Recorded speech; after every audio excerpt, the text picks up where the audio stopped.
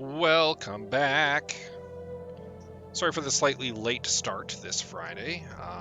Sometimes kids don't go to bed when you want them to, and you end up staying up a little later than expected with them and aren't able to start your stream at the hour that you kind of want to try. Maybe I should start scheduling my streams for 9:30 instead of 9. That seems to be closer to when I am able to start the last little while, but it is what it is. I am able to get in a couple hours this evening nonetheless, as we delve back into Stellaris and the Galactic Human Authority, bringing order to the chaos of a chaotic galaxy. Hi, it's me, Scotty Bomb.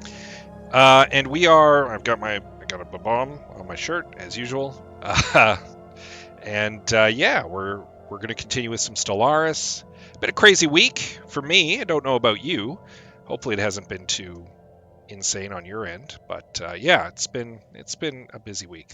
One of those weeks that simultaneously goes by way too fast and way too slow at the same time. Don't know how. Don't know how to explain that. But definitely a time to have a drink. And I'm going to have the last of the meads that I bought last time at the farmer's market. I might pick up some more this weekend. But this is the Fallen Timber Mr. Pink, Handsome Honey Apple and Raspberry Mead. See if it'll, there you go, yeah.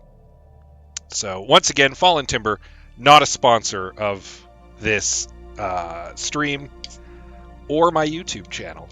I'm just, if you're able to get it, though, they make a good mead.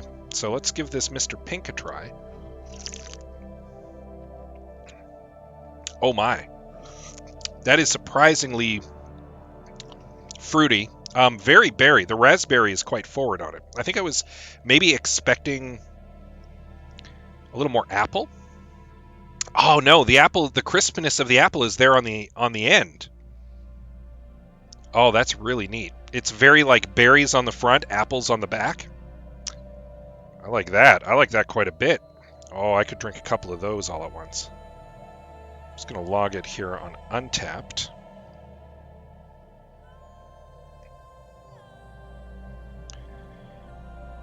One of the many social medias that I make regular use of.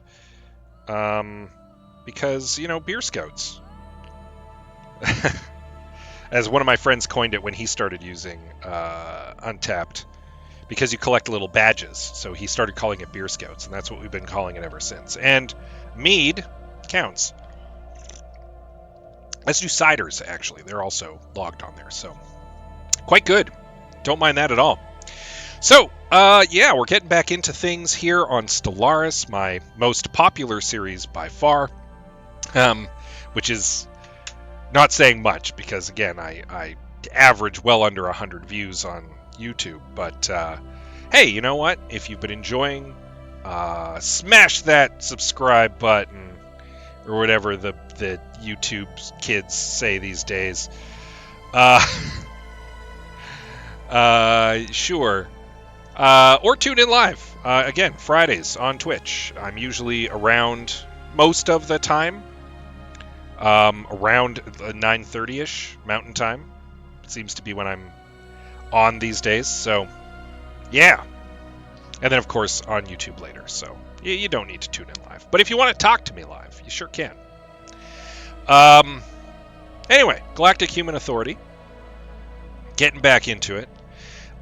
We are, of course, the Under One Rule origin. Lord Protector Metius Dexius is the leader of our government. He is a luminary who has united the world under his dictatorial rule with a vision towards kind of bringing order to humanity, and now that we've encountered aliens, to the rest of the galaxy. We've got Decima Quirinia, our Minister of Defense, a champion of the people. She is beloved. We've also got Titus Antonius, our head of research. He actually replaced our original head of research, who, I mean, her true love was exploring the galaxy. She was doing the research job as a favor, really, to the Lord Protector. And when Titus Antonius was hired on, he was clearly the man for the job. He loves doing the paperwork. He's getting a little long in the tooth, 75 years old. Still very, like, no chance of death or retirement. Because we're already a fairly long-lived future human people here. Lord Protector's only 57. Decima's 56. Yeah, we're currently working on expanding the council, get another counselor in the mix. We're an authoritarian people. We are militarists. Of course, the Lord Protector is a former admiral. He's definitely got a military bearing, and that's impacted our society. Obviously, authoritarian. He is a strong and firm believer in order, and a little bit materialist, actually. We're very logical people. I think I described us as kind of like the harmonium in my last stream from Planescape, and I think that's accurate, actually. We've even got a similar color scheme with the kind of like the light purple, or I think the harmonium are pink as their faction color. Feel free to correct me if I'm wrong, if I'm not up to speed on my Planescape lore. I could get in touch with Monty Cook. He was one of the creators of Planescape, and ask him personally. Monty and I go back a little ways. Anyway, just name dropping game developers who I know, or game designers who I know. No big deal. So that's our government. Apparently I'm feeling feisty this evening. Name dropping people. That picture right there. Fun fact: picture of me and Monty Cook. It's right next to my Emmy Award, which you can't see. What are we up to? So we'd found a ruined ring over here in the Celandine system. This is the ring that's been smashed by a rogue planet, and we've discovered a primitive people here. Of course, Earth is our home system. We've already got colonies on Sirius and Alpha Centauri. Sirius Prime and Alpha Centauri Prime. I didn't go with weird names for them for this one. I'm just going with primes. It helps me keep track of them a little bit. And also, it feels like something a very strictly ordered, very logical society would do, is just stick with regular names. We've got several anomalies, some precursor activity on the go. I want to say that we discovered the Cybrex again, which, fine. I mean, it's not the best, but it's not terrible. We're hedged in a little bit here by the Nastesians. We've also encountered the Cursa, who seem to be quite a bit smaller, actually. Looks like they might be expanding out this way. The Cursa we're currently improving relations with because, and we have cordial relationship with them because we have completely matching ethics.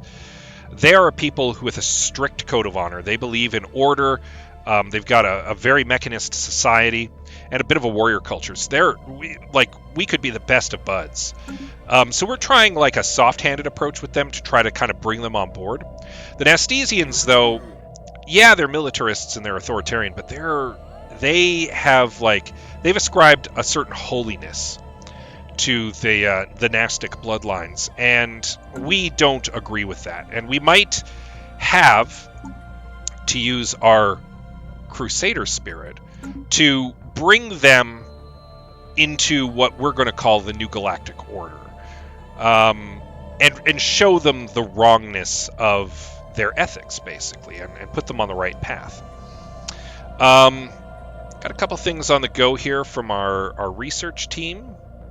We got 3 science ships on the go. We've got 1 leader cap left. I want to leave that open as best we can for the time being, especially in case maybe a renowned leader shows up and wants to offer their services. Because we're not xenophobic. I'm not necessarily going to turn away an alien who wants to serve our society. They might be kind of second-class citizens to the humans. We'll see how that works out. But at the very least, I harbor no ill will to aliens who wish to adopt our way of life. So we've got a tropical world over here that's arguably habitable. We've got a couple digs that we've discovered. We've got target from orbit over here. We've got seeds of destruction over here. In Alpha Centauri, we've got fossilized remains. We should probably get someone on that pretty soon. We've got the popular rock over yonder. Here at the Gomesia system, which we're already kind of in the process of militarizing. I think I want to get a listening post in here after I've discovered listening posts, so I can keep better track of the Nastesian movements on my border. But we've definitely already started militarizing this place. What's our fleets look like? We've got some ships designed. We've got corvettes, frigates, and destroyers already. And I want to say that we've done a little manual tweaking on them to bring them up to our liking. Obviously, the Unifying Promise is underway. It is our main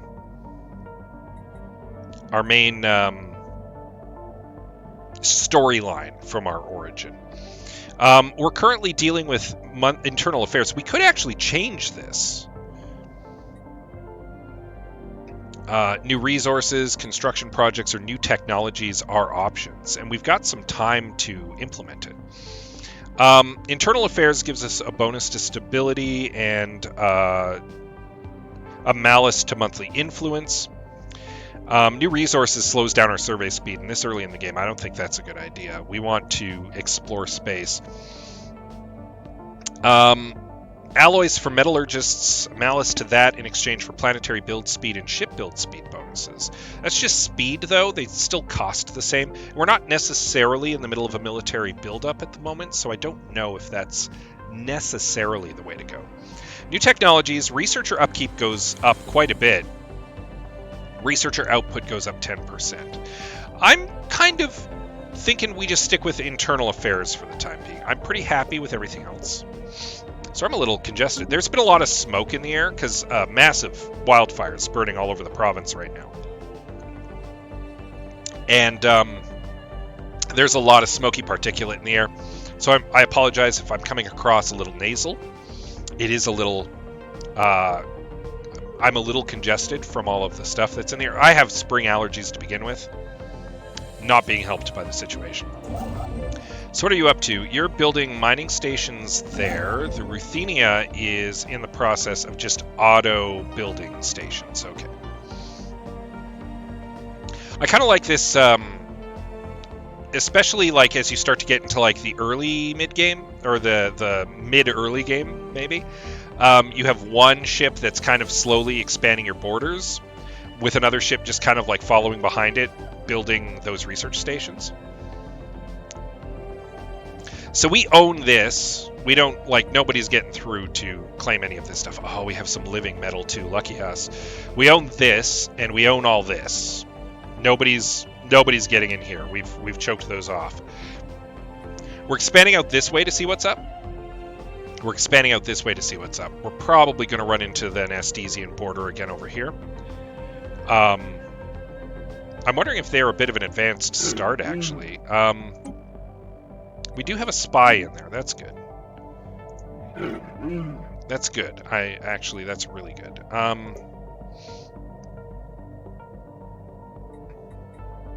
Maybe we'll wait until we've got a little more infiltration, and then we'll do a gather information on them, see what more we can learn. I'm happy putting this up to fast, because we can control the flow of time a little bit. So wreckage identified. Our crew aboard the HAV. I believe that's Human Authority Vessel. Pomponius Mela reports that the Jardlafon Sea shipwreck appears to have been the result of an unexpected geomagnetic solar storm. The supply ship suffered a complete loss of life support systems and sustained inoperable damage, drifting until it entered Jardlafon Sea's gravity well. There are no survivors.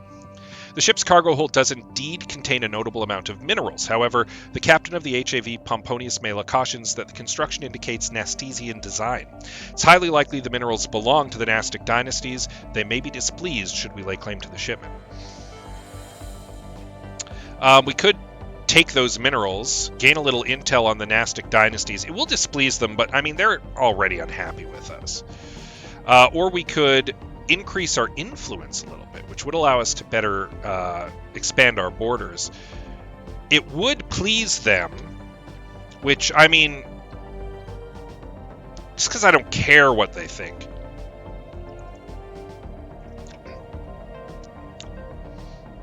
What's more valuable to me right now? A little bit of intel on them? You know what? I feel like it's the influence. I'm okay with this. It's a little overture to them. Like, it's nothing personal. Plus, I mean, it'll throw them off the scent that we're kind of gearing up to maybe write to their government. So, after the study of Rulan 2 has concluded, Science Officer Titus Antonius reports they have found the planet to be unusually rich in minerals. This discovery was made possible in large part thanks to a certain member of the HAV Pythias's crew. Titus Antonius praises the protege highly. Now, I do want to still keep this point of leader cap down. So I think what we're going to do is we're just going to say, you know what, they're doing good work where they are. Keep them on the crew, do better work. That's what I say. What do we got over here? Humans, we have received word of our downed supply ship's cargo. We would like to extend our gratitude to you for taking the time to recover it without the need for Nastesian intervention. Our pleasure, Nastesians. Gained 100 influence for that. That's beautiful. I like that. What do we got over here? We got this locust swarm over here. In Ubogliat? We've got, oh yes, I want to say that there are, that there is a void cloud here in Zulbox Maw. We might even have a situation about that. Yeah, we can do the cloud study. We're still researching this though, and I mean, our research levels aren't super high yet, so we'll hold off on that.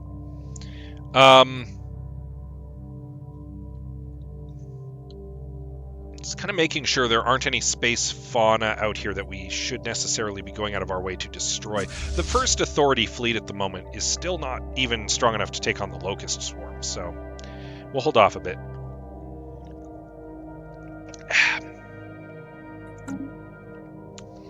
What is Sol Station currently building? Oh, it's building a colony ship. Fantastic. I don't remember where it's going. Probably it's coming over here.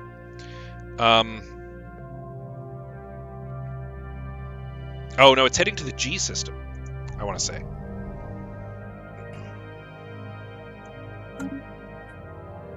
I believe that's where it's on its way to. And then we are building up some new destroyers, it looks like. Oh, because we just recently got destroyers. Right. So we want to get some of those in the fleet ASAP. Well, that should tip us over to being able to destroy those locusts, that's for sure. I don't remember what the research project is over here, but you are absolutely cleared to take a look at it, Pythias. Found a toxic terraforming candidate. We already know that one very well. We don't need to read it. Special project complete. So closer study of asteroid W1H3PO, in reality a hidden Cybrex listening post, has produced some interesting results. For whatever reason, the asteroid was left behind when the rest of the Cybrex vanished from the galaxy. It remained functional for at least 50,000 years after their disappearance, despite increasingly erratic behavior from its administrative AI. For more than 5 trillion failed attempts to connect to the Cybrex subspace hub, the AI appears to have suicided by short-circuiting all of the asteroid's systems. So, very interesting. We found 30 minor artifacts, a Cybrex artifact, and gained a little bit of research. I remember this now, actually. These are all tomb worlds.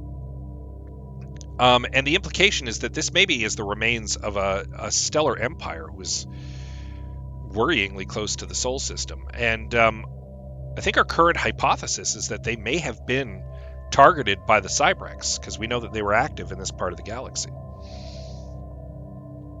I love when you get little emergent storytelling like that. That's always fun.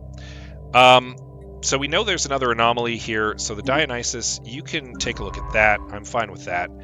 The Pomponius Mela has finished its survey of the Jardlafon system. So let's head up this way into Sayakaro.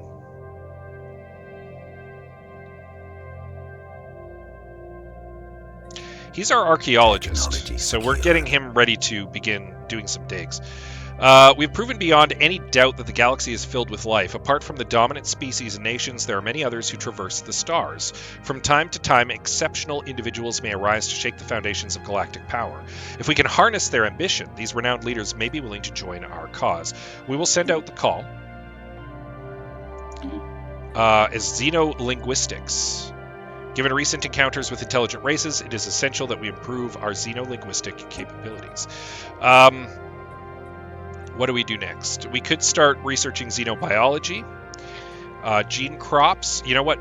We have only plus 12 food production at the moment. We're about to set up another colony. Global defense grid is also pretty tempting. We don't even have any armies built up yet, and that's something we're going to want. We might need a general. If we're planning to take on the Nastesians, we're going to need a general to lead our landing armies. That said, we're going to go with gene crops for now. Special project complete. The box is indeed a document of a sort. Science officer Titus Antonius admits that they had been hoping for a historical record or some other kind of codex, significant to whatever culture left it behind, but they were disappointed.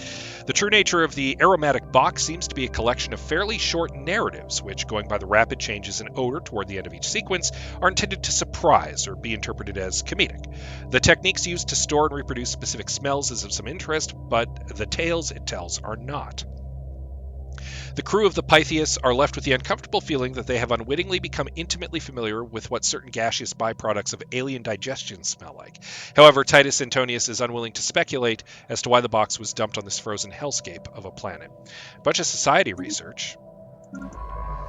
All right, so our head of research will head up this way.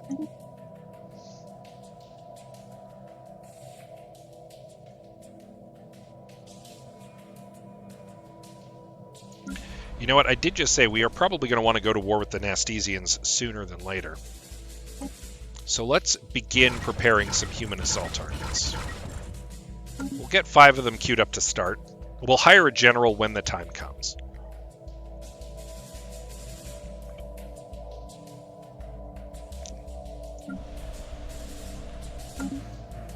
Maybe we'll get lucky and a general will... an alien general will come and present themselves. Complete. Many uneventful months have passed since the discovery of the rift near Mublar, but now we have received reports of a great stream of debris pouring out of it. It is ours for the taking. Observations will continue. A bunch of energy credits. Perfect. A little bit of research. Don't mind seeing that. Construction complete. Very nice. What is this? This is the message in a bottle. And we've got a bunch of influence at the moment. So I'm going to come down here and I'm just going to grab the Shetty system. That will also basically lock up Toybos for us. Not much going on in the Mascal system. Besides 24 Savannah World. Excuse me. Anomaly found. Inexplicable optical phenomena play across the surface of Sayakaro 4, clearly visible from space. Yeah, Dr. Sergius, you are cleared to research. We've got the first of our armies coming together. Our First Authority fleet also coming together. Got these destroyers on the go. Construction. The Anatolia is heading for landfall. Once again, the rift near Mublar has released a sizable gathering of items. This time it's the remnants of an asteroid, many of them laden with minerals. They are ours for the taking. Observation will continue. Oh, right. This is a size 5 Gaia world. It is absolutely tiny. Being guarded by this locust swarm. Around a ruined planet, though. Which one of these was the Gaia world, I wonder? It doesn't really matter. Colonization in progress. Alright, so G Prime is being colonized. little bit of trade in the Santidar system. The latest data report from the Rift's observation probe tells us it has vanished. After drawing its last breath, the Rift closed, left behind not even a trace of its energies. Big boost to our physics, though. Science officer Sertor Sergius reports that the luminous waves coursing through the ice that blanket Sayakaro 4 are of alien origin. Some ancient battle has deposited scattered wreckage from an alien fighter on the frozen planet, and only the exposed core of its main weapons remain intact. It seems this alien race used lasers similar to the ones currently in use by human fleets, and the fizzling innards periodically discharge low-powered beams into the ice of Sayakaro 4. The planet's harsh climate prevents the lasers from actually melting the ice, allowing the chilly matrix to act as a brilliant prism. Fascinating. I think we can learn blue lasers if we don't have it on that one. A colossal impact crater hints that something big collided with the surface of this moon. Santidar 2A. Yeah, Titus, take a look. Definitely want to know more about that. Powered exoskeletons, excellent. Bonus to army damage came at a good time. Starholds. Very tempting. We have a militarized border with the Nastesians. That would give us a big edge. Ceramo metal armor. More armor for our fleet. Strike craft operations, though. I think we're going to start working out fighter craft. A large mineral-rich asteroid collided with Santidar 2A at some point during the previous 1,000 years, and what must have been a major impact event. An abundance of minerals can now be found on the moon in the vicinity of the impact. Excuse me. As I said, it's been a long week. The tired has set in early tonight. Secured. What do we got?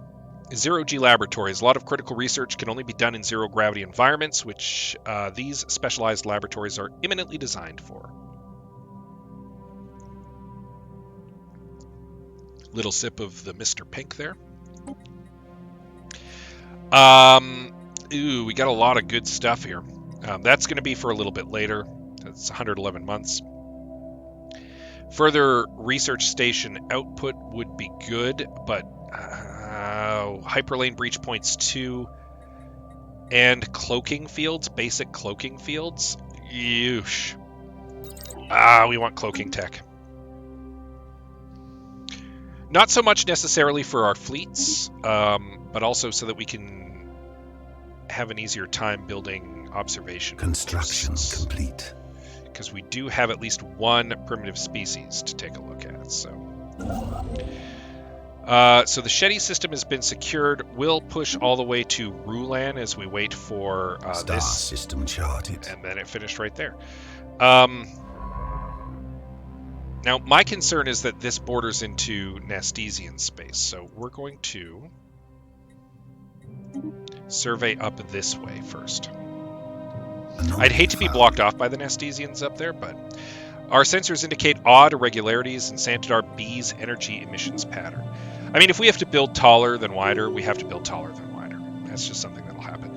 The ancient frozen remains of almost 1,000 aliens have been found in the vicinity of Dorilus 1A. They come from over a dozen different species, and preliminary dating puts the corpses at roughly 600,000 years old, around the same time as the Cybrex machine consciousness ravaged this part of the galaxy. Situation log updated.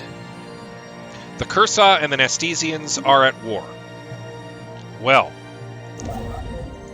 this is a situation. Kesula Swidia has reached veteran level. She's carefree and resilient. She is an explorer, first and foremost. We know that. So this is a war that's happening. They are of equivalent fleet power to us.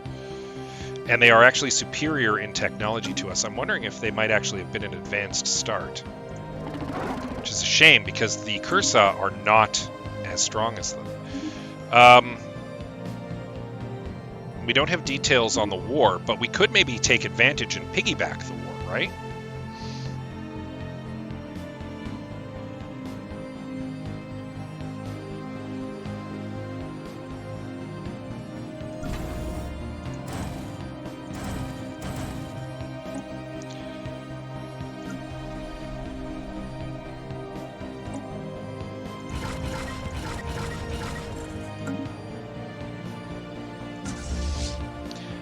Now's the time.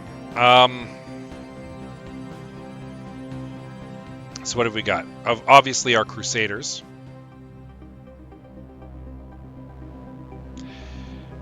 Give us a bonus to unity for every enemy army killed in combat. Glory Seeker, huge bonus to army damage and morale, and he's resilient, so that's good. That one does collateral damage. Inspiring gives a bonus to morale. Champion of the People, but we don't know if our general's ever going to end up on council. I think we go with Tiberia here.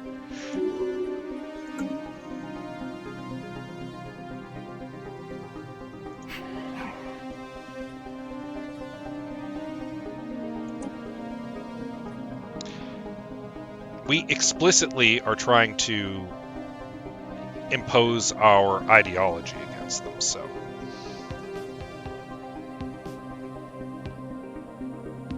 We have declared war to safeguard our interests. Now this is a bit risky of me. It's very early in the game. I don't usually do this kind of thing. I'm actually, I tend to be more diplomatic as a player. So this is me being a little bit out of my comfort zone, but I feel like we were planning to maybe impose our ideology on the Nastesians anyway. The latest sensory information from Santidar B showed the star pulsating regularly, but when the crew of the HAV Pythias arrived on site, there was no evidence to support this data. While most of the crew are in agreement that the anomaly was caused by a sensory malfunction, Science Officer Titus Antonius discards this theory. He claims to have discovered similar pulsating energy emission patterns elsewhere, now fears something strange is happening to the galaxy's stars. They've charted the course to the nearest affected star. We could get to the bottom of this, or we could say it's a malfunction and gain some unity. If it wasn't Titus Antonius, our very skilled head of research, I might be willing to look into this. There's a chance it's something, but more often than not, in my experience, it turns out that your science officer is losing their mind, and then you lose your science officer. And he's actually very valuable to us at the moment, so I'm actually going to choose it was a malfunction. That's me metagaming it a little bit. If it was a different of one of our science officers, I might have considered it.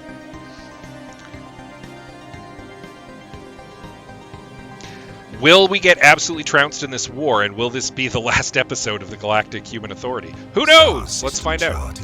By chance, we stumbled upon a faint alien signal during the survey of Santidar B3. Source appears to be a small object in orbit, contains no message. Could it be a distress transponder? Take a look.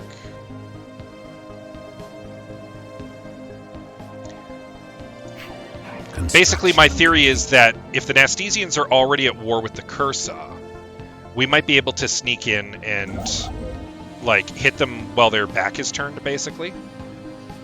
Also, we like the Cursa, so, like, I want to help them out here. Mummified remains of a single individual belonging to a previously unknown mammalian species have been found drifting in high orbit over Santidar B3. Being is dressed in what appears to be a flight suit complete with a helmet, maybe a fighter pilot that ejected in some ancient battle, only to be forgotten and left behind. Our study of the corpse has provided some interesting data. I do like interesting data.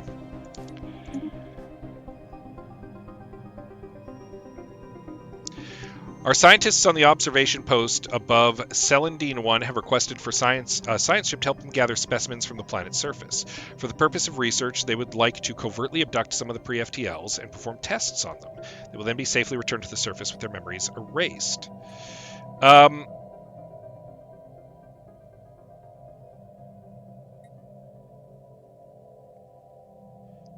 Situation log updated. Sure, let's probe some aliens. We've got a science ship nearby. Just as soon as the Dionysus is done. Special project complete. Dead aliens we found above Darilis 1A all died from vacuum exposure, and each individual has the barcode the Cybrex were known to laser into the skin of organic captives. It seems like the Cybrex executed these aliens by spacing them, perhaps after having finished interrogations, or to keep them from escaping during some kind of rescue operation. We may never know the truth. Interesting find. All right. So we'll come down here and we'll help with that research before we carry on. Construction complete. First Authority fleet is heading towards Nastesian space, shockingly slowly.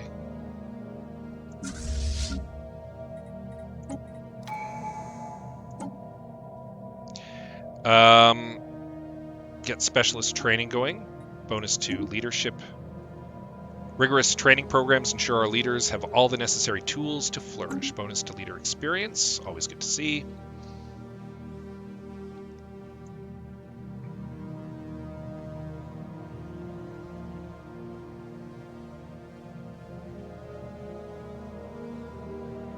Anomaly found.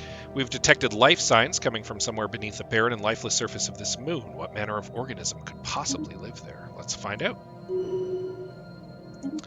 Sertor Sergius, our archaeologist. We could use the extra... I mean, he's probably never going to be sitting on the council, but we could use the extra alloys right now, that's for sure.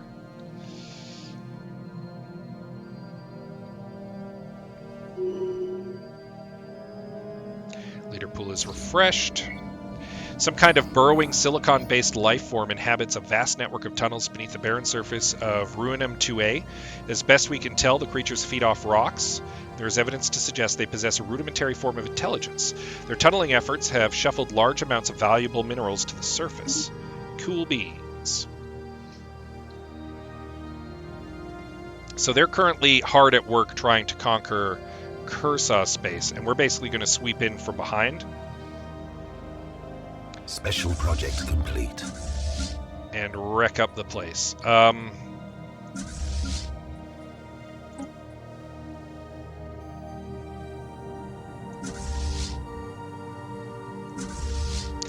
The HAV Dionysus has finished its scientific mission to Celandine 1, sweeping in low over the ground at night. Shuttles from the science ship used EMP pulses to disable the archaic combustion vehicles used by the pre-FTLs. Their occupants were then sedated and collected while other away teams acquired samples by dissecting some of the local cattle. Our mission appears to have gone largely unnoticed by the planet's population, despite a few reports of unexplained lights and an incident where one of our shuttle crews deliberately used their thrusters to create circular patterns in a crop field. They have been reprimanded. Well done. Little bit of awareness. Technology increased. Secured. Voss's Das. Baron Victor Jaredin. Shirala Shivru. The Baron is of imposing stature. Everything about him radiates rigid military discipline. His boots are spotless, his uniform neatly pressed, and his eyes are watchful and calculating. But beyond the strict facade, there is something else. His face is a map of grief. I come to offer my services as an admiral and tactician. Accept my pledge and I will crush those who would do you harm. He is a strategist and an admiral. He's a fleet organizer, an armada commander. Fleet command limit plus 50%, ship fire rate plus 10%, but slower sublight speed. Excelling at logistics and strategic planning, this admiral is able to command fleets that would overburden their lesser peers. He's an artillerist, ship weapon damage bonus, but he is melancholic. He has a shorter lifespan, and he gains experience slower. If you are an admiral, where is your fleet? To my shame, it is lost. We were orbiting a red star, making vital repairs, when an enemy house ambushed us. They came from all directions. Outnumbered 10 to 1, I watched as my ships and all their crews met their end around that hellish sun. As a parting gift, I was allowed to live. Even now, I carry the shame of that defeat. Why do you wish to join us? You understand that peace is a luxury bought by war. Should you not serve your noble house? House Jaredin fell with me. After my defeat, I was consumed by a thirst for vengeance. Believe me, my enemies paid for what they did. My honor may have been taken, but not my skill in battle. On this I pledge my life. We would go over our limit a bit.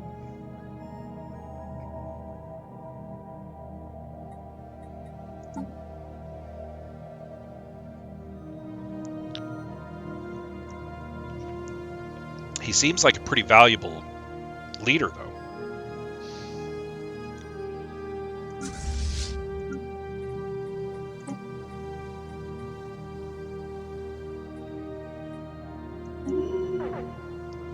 We're at war. We could use the man.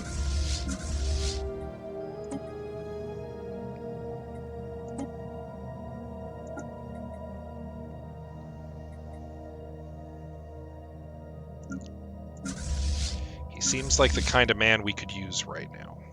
So we're going to have these two classes join up at the Gomezia system. And he's going to form the crux of a second fleet. Speaking of which, colonial bureaucracy. effective bureaucracy. Or doctrine space combat. Let's go with colonial bureaucracy for the time being. The Dionysus has done its mischief, so we'll head back and begin working on this dimensional disturbance. Actually, you know what? I'd much rather focus on... Do we have any other precursor? Yeah, way over here. Signs of precursor activity.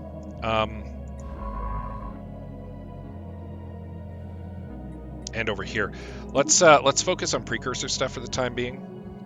See if we can pop that Cybrex ring world sooner than later. Anomaly found. A small rectangular object on the surface of this planet is deflecting all scanner beams like a mirror. Our sensors are unable to determine its material composition. Take a look.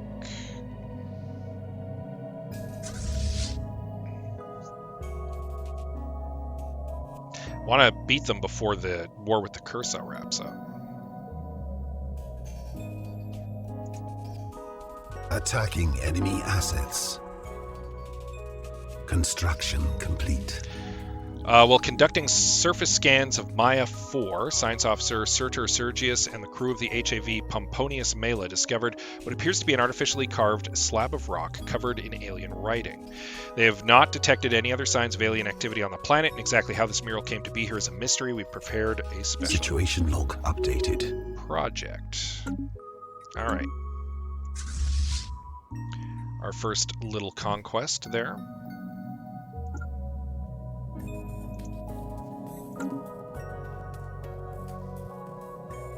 Star system charted. 1.7K. They've got some slightly more powerful star bases in play in some areas. Massive storms are visible in the upper atmosphere of this gas giant. It might be worth the effort to study them in more detail. Yes. You may do so. I approve. Let's deal with this research project.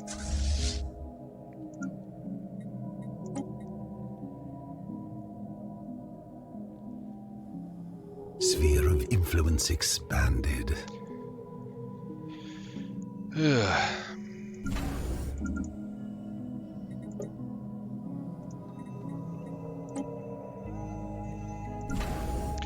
Let's get Sol spitting out more ships ASAP.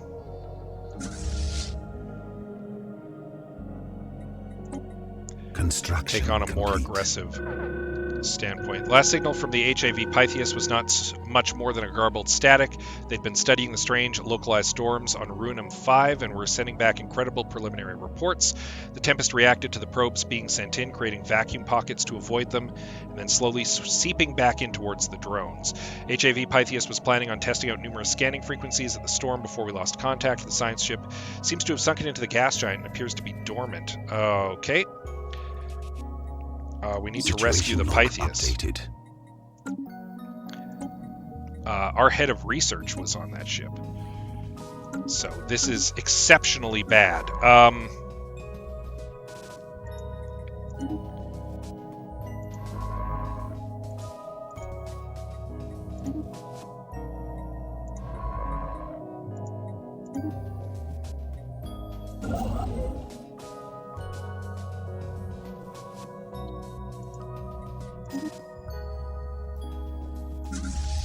Attacking enemy assets.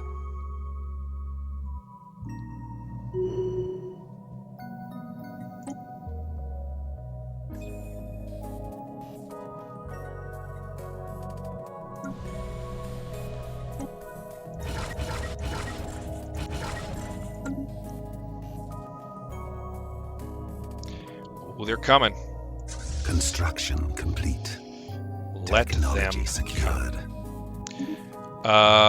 Excellent. I want those Betharian power plants, but coil guns would be super useful right about now. We'll come back to the fact is we need the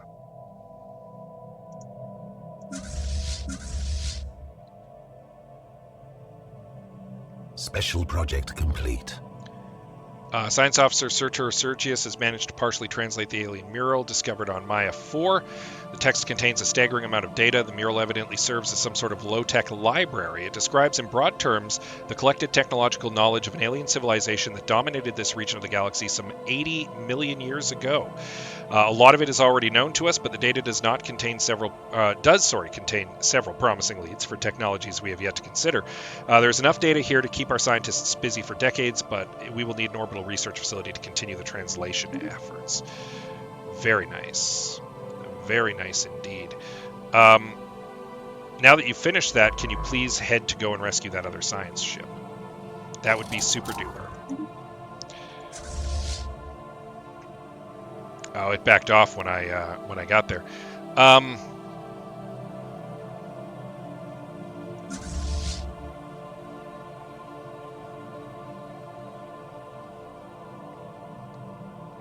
Construction complete.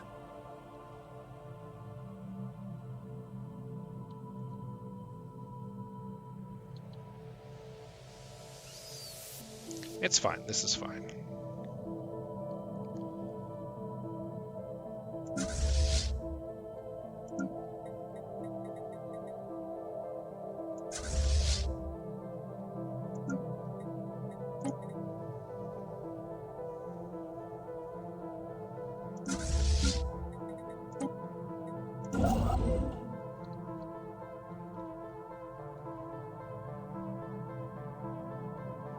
Yeah, this definitely goes into Nestesian space.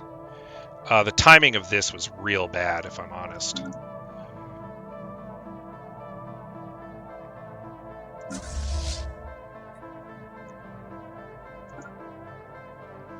Do we risk going up there, knowing there's a 3K fleet up there floating around?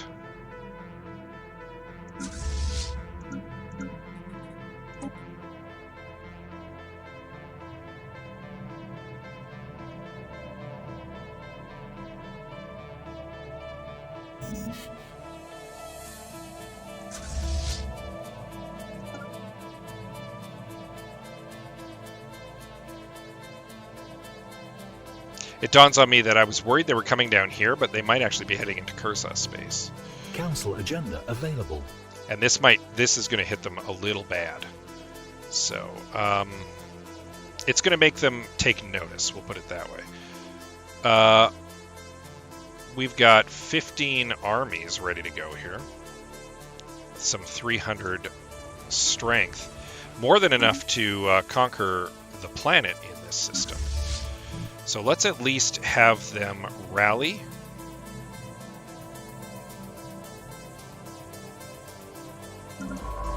Dionysus is in place. But you need 2 science ships in orbit, which is absolutely nuts.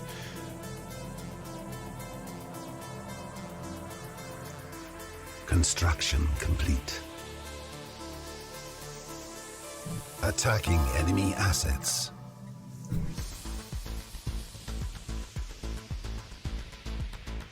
I was a little worried that that was going to be much harder to take than it turned out to be. What are the chances this station? It's just got gun emplacements, hey?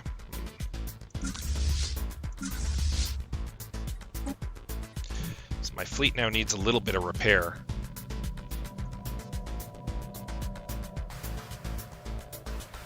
I'm going to pull back.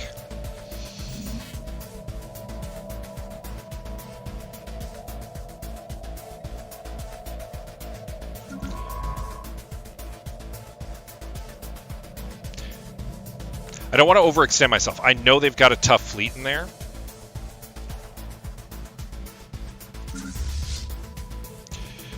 This is not Classes 2. This is the second Authority fleet.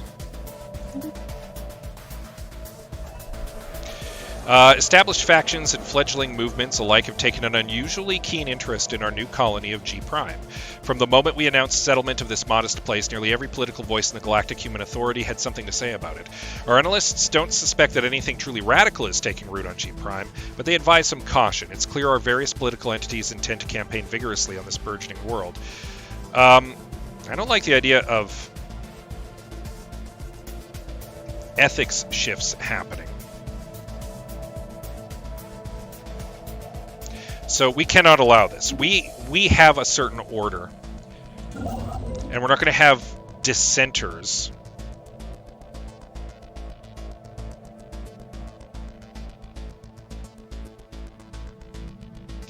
making trouble.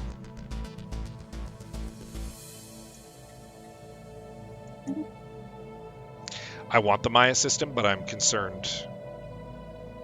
I'm concerned about this. This is their border. They've claimed this system. So this might be where we stop here. We might just have to abandon this cluster. We've got room, and we're still expanding out this way. So, and besides, we might be kicking the Pnastic dynasties in the teeth right now, which would be nice. So.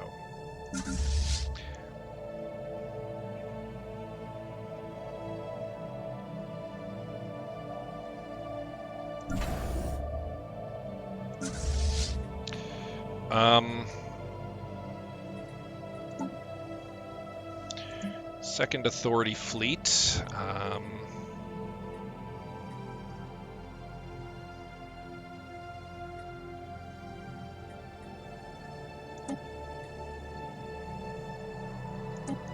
Its home base is also going to be Seoul Shipyard for the moment.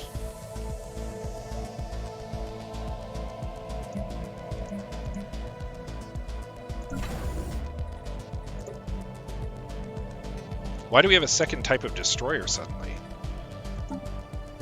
What has the ship designer done? The Serenus class destroyer.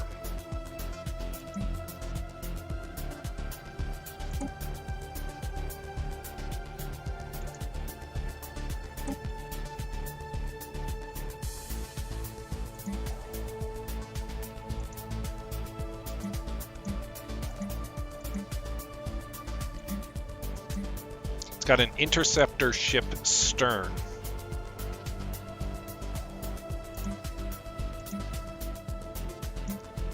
More lasers than missiles. So it's definitely a different ship role. I wish it would tell you what ship role has been designated.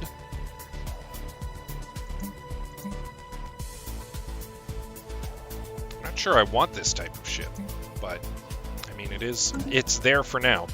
At any rate, we want some Arceus Ultors. It's going to eat up most of our stuff, but we need the fleets right now.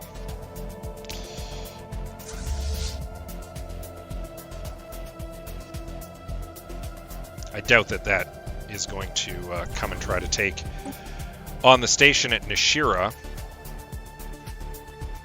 Weakened as it is, I mean, it is fixing itself as we speak. I don't think that a 100 fleet, 100 strength fleet is going to do it. Commercial pact with the Cursa, increase the value of both empires' trade networks. Deal will grant them money, but won't grant us anything to speak of. So I'm going to decline it for now. No offense, Cursa, you have nothing to give us at the moment. We can expand the council.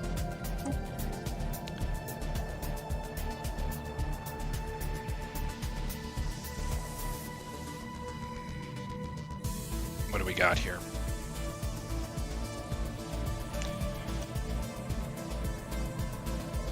I think we want to do a display of power here. If only for the war exhaustion bonus. So what do we got? We can add a Grand Storyteller or a Lord Commander. I think we need the Lord Commander. And obviously the Lord Commander is going to be Baron Victor.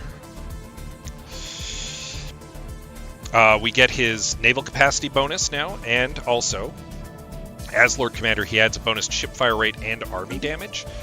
very handy at the moment. We've gone over our naval cap a little. I'm okay with that for the time being. Receiving communication. You really are. You're going in there. You're doing it. I am okay with this, though. We can learn a lot from the Cursa. You're doing it. Spaceport under attack. And I'm not surprised to see how that's going. I'll hand it to the Nastesians, though. They tried. Okay, a 5K fleet. Now that's a little more formidable. Apparently I woke them up.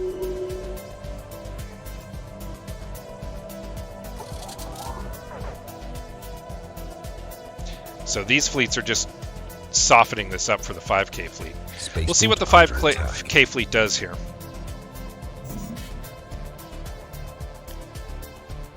Zero-G research platform disrupted.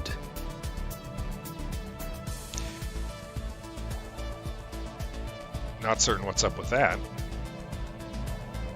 Okay, they have taken back that system. That's fine. I'm fine with this. Is everybody in position? Yes. Okay. So, also come here.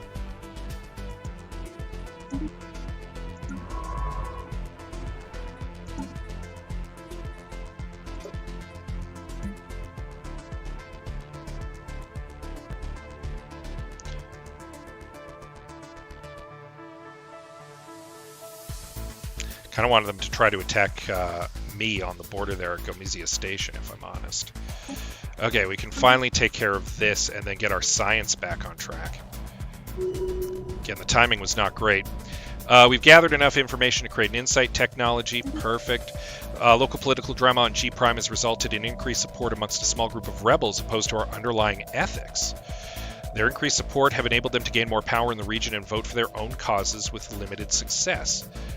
3 pops become pacifists. No, suppress this pacifism. Now is not the time. This seems like Nastesian scheming. There's a plot afoot.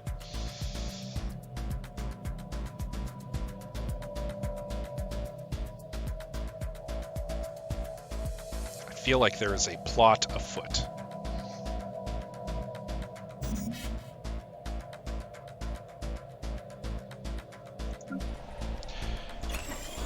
Upgrade the colony on Sirius as well. Oh, we need jobs on G Prime. And obviously, we need alloys. They are heading this way. Perfect. They're going to take on that space. Vessel production capacity violently diminished. Oh, no, we're fine. I'd love for them to try to come in and take out the Gomizia system. That would be fantastic, but I doubt they're going to. They're just going to liberate their stuff and then head back to Cursa space, I suspect. The AI is not dumb, necessarily. I mean, they're welcome to try. We'll kick their butt. Special project complete. So after months of work, our scientists finally managed to alternate HAV Pythius' shields in such a way that Runum 5's Tempest released its grip on the maroon ship. Communications with Titus Antonius was quickly reestablished, and incredibly, none aboard the Pythia seemed to remember their time trapped inside the storm. So he becomes an expert in field manipulation, which is good. And we get +6 energy on Ruinum 3. Okay, so we can finally put him back to work.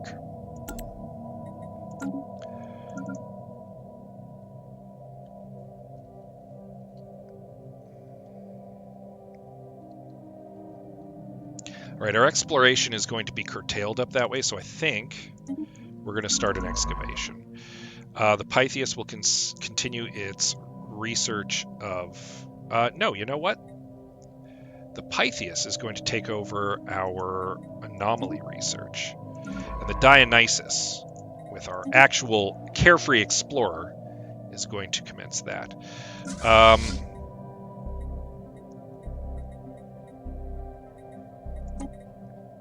Merge these two fleets up. Spaceport under attack. Yeah, they're retaking some stuff. Vessel production capacity violently diminished. Let them take it back. We're just going to take it right back from them. Technology Oh, please come and secured. attack me. Please come and attack me in the Gomizia system. I'll kick your teeth in.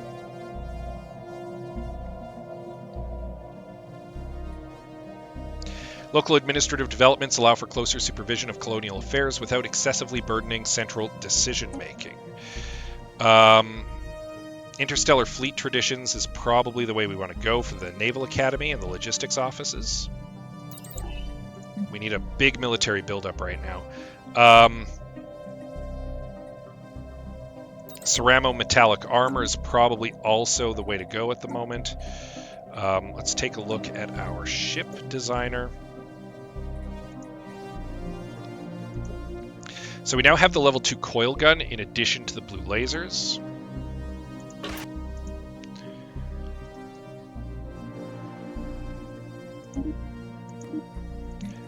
So we'll add coil guns to the Brutus. We'll add some coil guns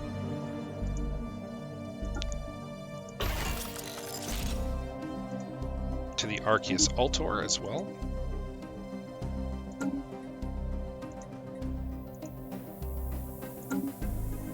In addition to the lasers. To upgrade them, they'll have to fly back to the Sol shipyard. I don't want that at the moment. So, Earth needs jobs. What do we got? Oh, I removed the overlay up here finally, so I can see everything perfectly. We actually need consumer goods in addition to alloys, so we're going to build another thing there too. Just in case they do attack the Gomesia system, we're going to fall back a bit. Star system charted. If they come in here that way, they're going to head towards the starport. Oh, and perfect. We've got Champions of the Empire, granting us our second Ascension perk. Now, we could go with one vision, give us the monthly unity bonus, but you know what? Transcendent Learning, super useful right now. +2 leader capacity, huge at the moment. And leader experience gain plus 50%, absolutely. That brings us back under our leader cap.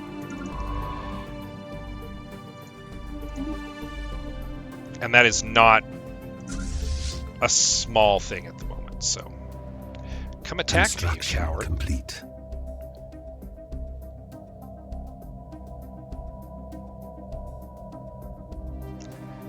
Yeah, that's what I thought. All right, so the first Authority fleet, we're going to head right back into the Foldora system.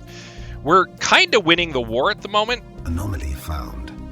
Class 12 asteroid orbits this planet. The small planetoid's orbit appears far too stable for its presence to be a natural occurrence. We're kind of winning the war at the moment. The Cursa are not doing so good. I'm worried about them losing this war.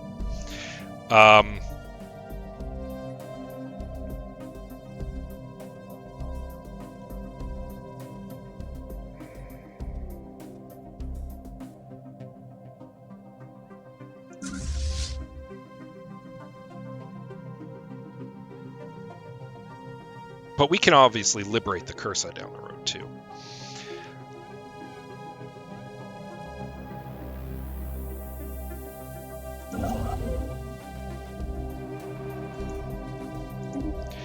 Claim up to the Runum system. Technology secured. Cloaking fields, excellent. UV lasers, very useful right now. We need a better build-up, but I do want those listening posts.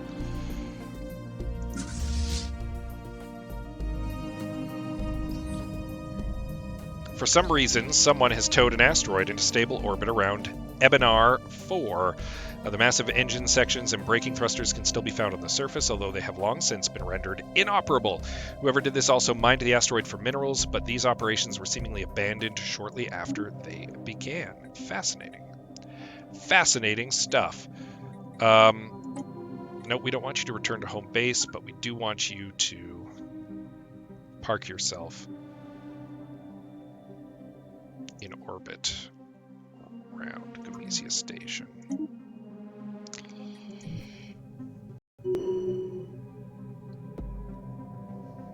The other fleet, in the meantime, is going to go and retake all those systems. Make the Nastesians work for it. Attacking enemy assets.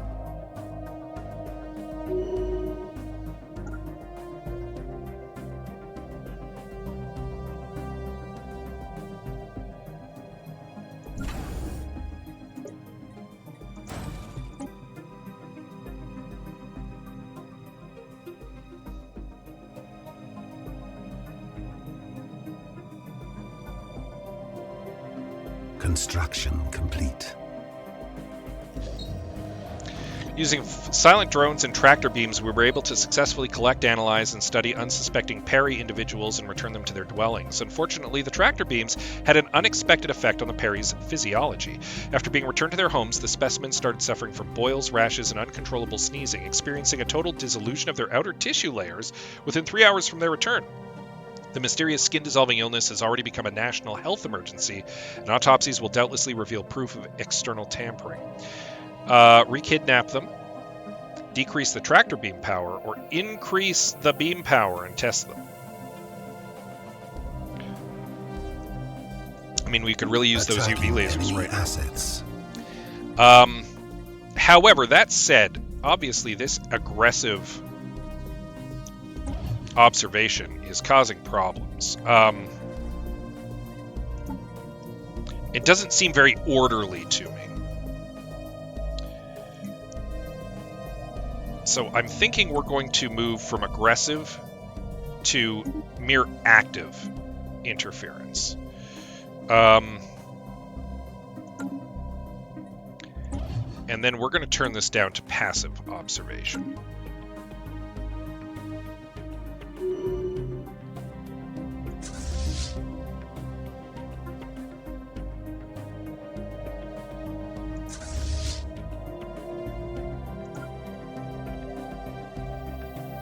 Star system charted.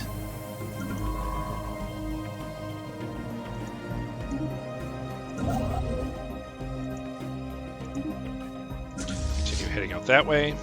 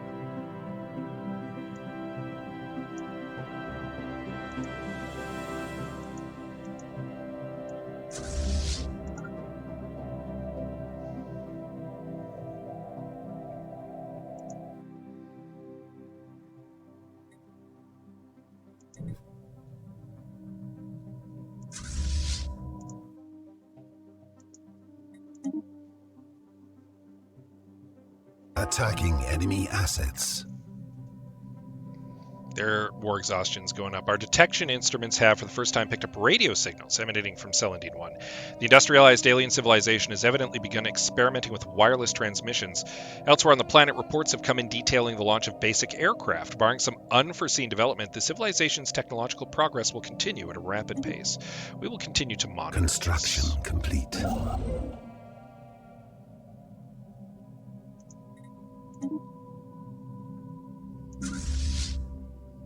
They built a defense platform.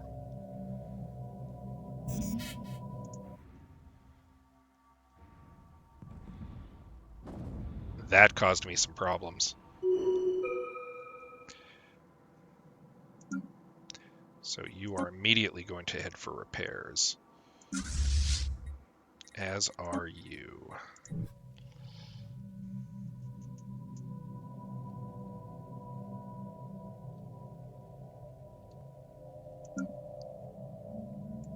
Actually, you're going to head over here. While you are going to land armies over here. Do I have a science ship nearby that I'm willing to risk sending in there?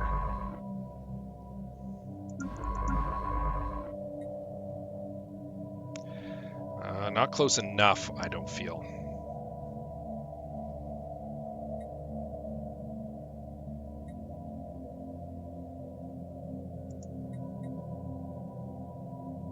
Yeah, I don't think we'd make it there before Construction came back. complete.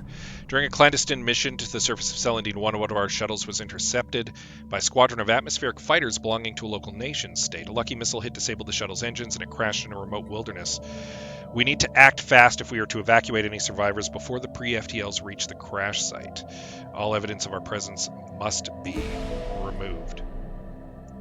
All right. What do we need to send there to deal with this? Just a science ship. Who's nearest? I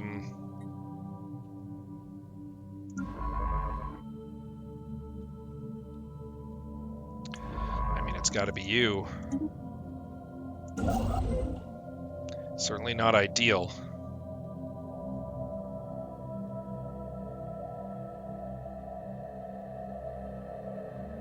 They have some piracy problems going on there, maybe? I don't know. Oh no, that's just showing me that it's a hostile base. Okay. Take one of their worlds and see how they like it.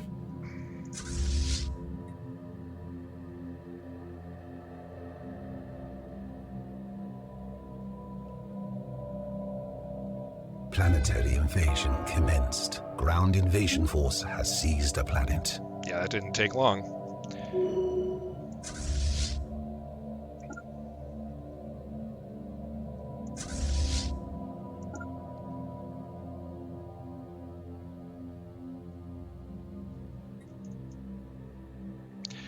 Woof.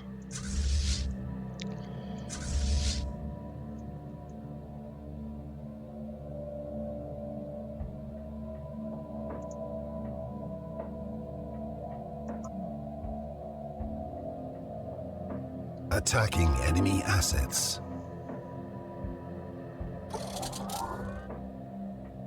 Construction complete.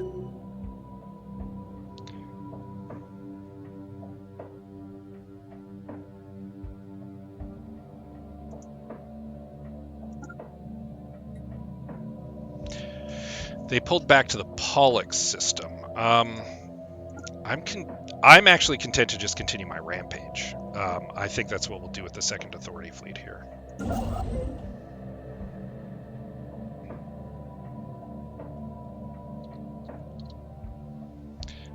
Meantime, this is actually going to need to become a militarized post as well, because we're very near their border there too. So we should get started on that now. Technology secured. What do we got? Ceramo metal armor, not terrible timing. Swarmer missiles, antimatter missiles, super solid material research. Let's do antimatter missiles. Spaceport under attack. That's fine. Let them try to clean up the mess. I'm just going to keep taking stuff in the meantime. Attacking enemy assets. Whoa!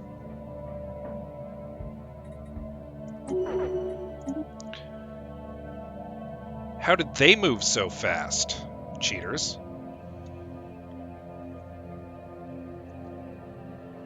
Okay, we pulled out before we lost the fleet, though. We're doing fine. We're still winning the war. We probably push away for a... Oh, no, they're not quite willing to settle for status quo yet. Which would create a neutral nation here in between us, which I would be okay with, actually.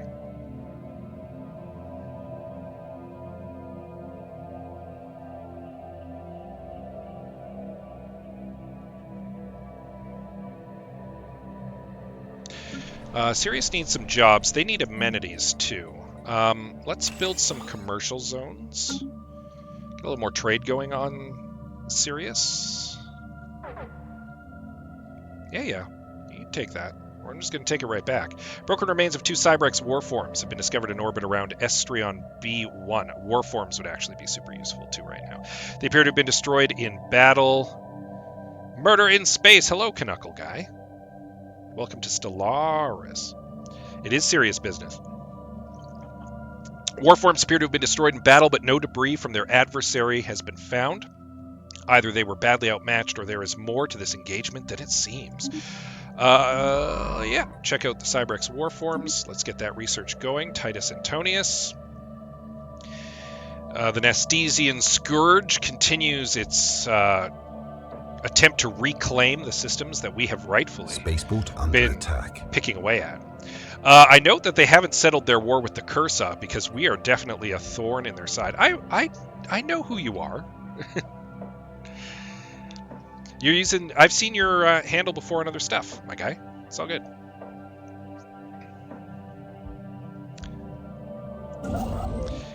Welcome to space. We're Zero involved G in a war. research platform disrupted. What are you doing? Oh, you're trying to retake the planet. Okay. Construction Good complete. luck. Archaeologists have unearthed more and more fossilized remains in the valley. And the count is now up to 26 distinct sapient species, none of them native to Alpha Centauri Prime. Those fossils that have been sufficiently preserved to determine a cause of death all point toward physical trauma inflicted by blades, spears, or arrows. Not a single specimen appears to have been felled by the equivalent of modern projectile or energy weapons. Curious. I think this is the blade of the Huntress, which would also be very, very nice right now. For some reason, I'm not getting the little pop-up in the corner here on my screen, which is a little concerning. I turned off, because I had a little overlay that was up here that was blocking my view of this stuff. I turned that off, and I'm wondering if it turned off the little display notification. Fortunately, I can see you in my other screen, so I just need to remember to check every now and then to see if you said anything.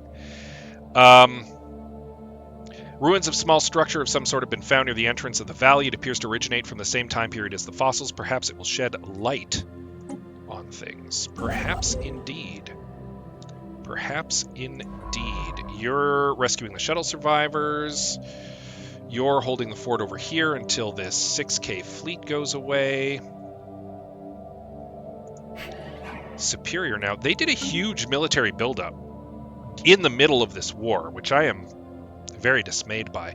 I'm almost 100% certain that the Nastesians started as an advanced start, which is a little concerning because they're very close to me. Can't stay long. Got a busy weekend, but you're happy to see the Stellarisness. Yes, of course. Always time for Stellaris. Technology secured. Operatives from the HAV Dionysus managed to evacuate several survivors from the crashed shuttle on Celandine 1. The remaining debris was destroyed in a controlled explosion, leaving nothing but a small crater for the pre-FTLs to find. The nation-state where the incident occurred will no doubt blame its neighbors for the border violation, but hopefully the disruption of the natural development will prove minimal. Got a bunch of society research from that. We've got the gravitic sensors, finally. Shields, probably pretty useful right now. We can also now build the listening post here, which I wanted.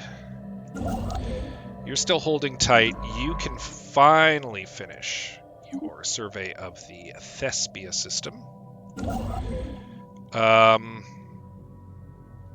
Yeah. Special project complete. These guys are just going to sit here bombarding that planet into dust. After studying the wreckage of the 2 Cybrex warforms over Estrion B1, Science Officer Titus Antonius has concluded that they were most likely destroyed while fighting each other. This theory explains the lack of non-Cybrex debris, and it fits the damage patterns found on the wrecks. Why the 2 Cybrex vessels turned on each other remains a mystery, however. After they were immobilized, both warforms triggered some kind of self-destruct mechanism that fried their neural processors. Very curious indeed. Lord Protector's about to gain a level, that's nice. Got our display of power still going. You're going to be MIA for a while yet. Spaceborne lifeform encountered. We've made first contact with mysterious aliens in the Eric system. For now, we've codenamed them the Samek aliens until we can find out more about them, if they possess language, etc.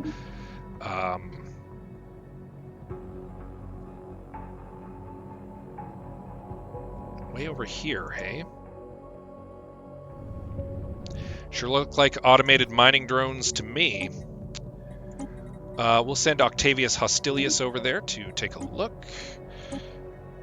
Still can't sue for white peace here. They are not in a happy way, though. They're going to retake that world, and then they're going to sweep down here, and then I'm just going to retake it back when they leave. Colony claimed by the enemy. All right.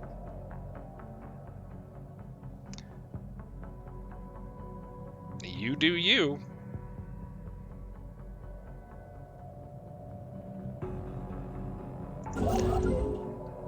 The Cursa and the Nastesians have completed their war. Unfortunately, the Cursa ceded a lot of territory.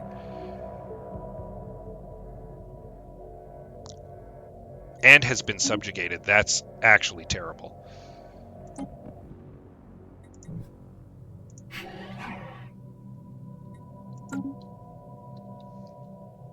Yeah, the Nastesians must have been an advanced start. That displeases me greatly. I still can't push for a status quo. We'll let them come down here and reclaim this, and then we're just going to sweep back in and take it again. So, like, we haven't lost anything to them.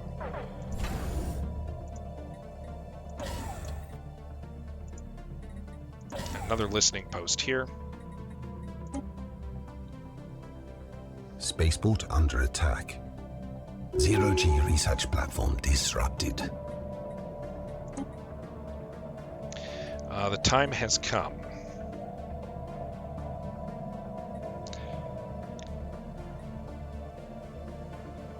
For supremacy. Council agenda available. Can now do a military buildup. I'm not too worried about Gomezia Station.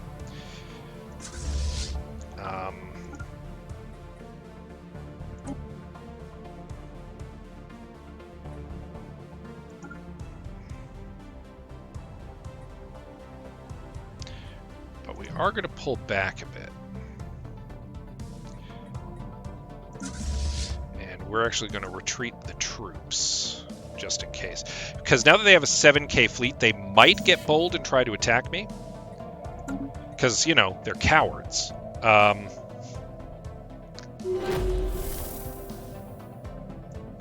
now they're starting to claim systems, hey? The Taurus system, no less.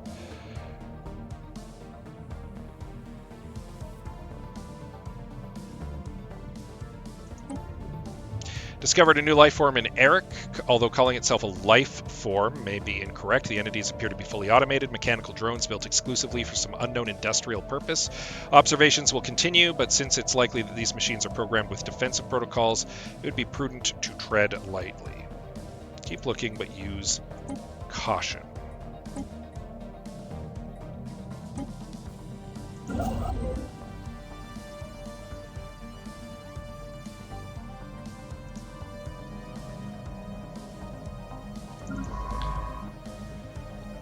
The Pythias needs new orders. There's definitely some more Cybrex stuff going on up there. Spaceport under attack. Construction complete. Vessel production capacity violently diminished. Unfortunately, because this war ended, they can also focus all of their forces over here now. Technology secured. I don't think they're going to be able to get through my border, though. Not easily. Gonna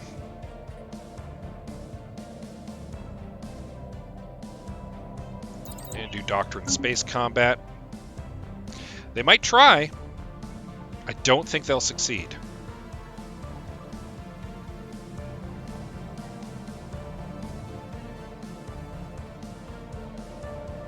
Star system charted.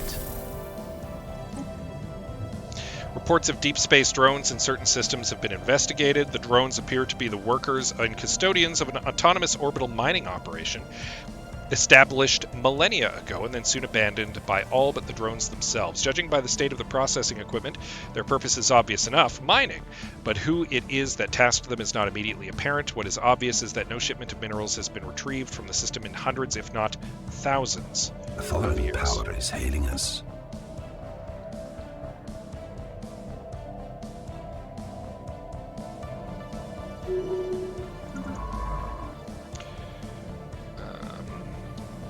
Construction complete.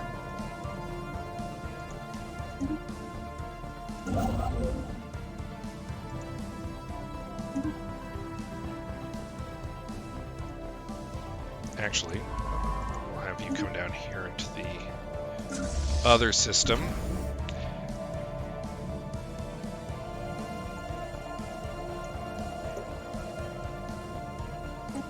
Let's do it. I suspect they might be trying to build up for a push. Yeah, they are. They're going to try to break through.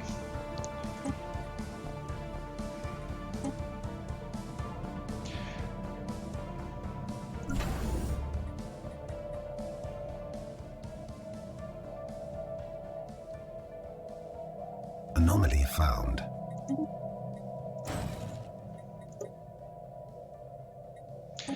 I don't know if they have what it takes.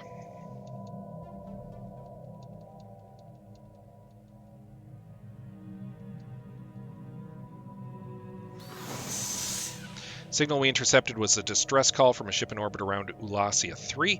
Ship is not giving off any heat signatures and seems to be drifting.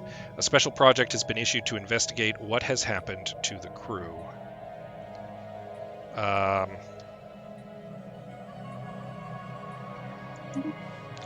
Intriguing. No, they're holding tight at the moment. I think they're just maybe waiting to see if I make another move over there.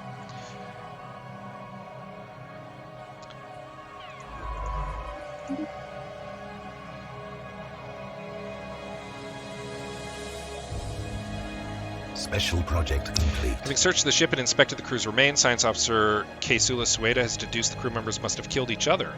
Solitude and... Oh, well, we've lost a scientist.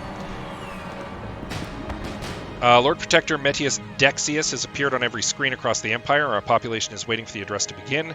In the message that follows, the Lord Protector regales the humans with praise and stories on select individuals' accomplishments, including his own. He goes on to list what we have achieved together, one glorious success after another, building to a promise of an even greater future. Transmission ends with the usual news feed resuming. Yep, I knew that would happen.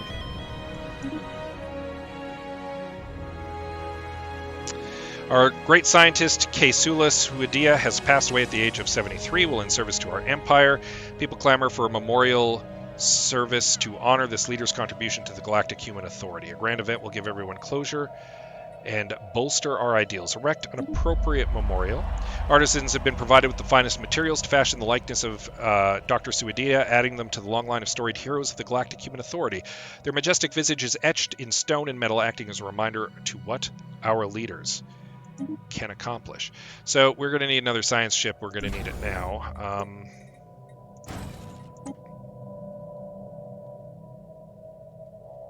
That's actually a big loss for us. I should have known better than to take that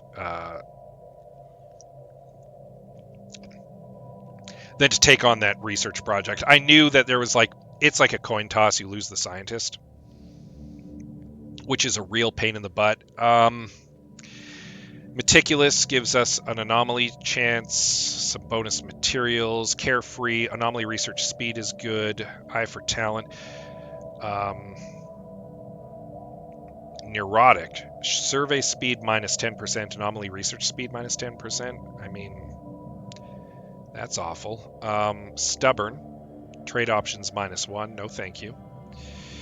I guess we go with the carefree one. I mean, I'm not happy with Eye for Talent, but because this is a person, Spurious Numisius is never going to be on council. But we need someone who can do the research, right? Construction complete.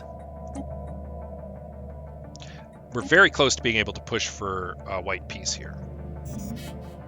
We will have lost nothing, but we will have gained nothing, unfortunately, is the only downside. Hello. There's another ruined orbital. Why can't I find a good megastructure? I'm going to have 2 ring worlds.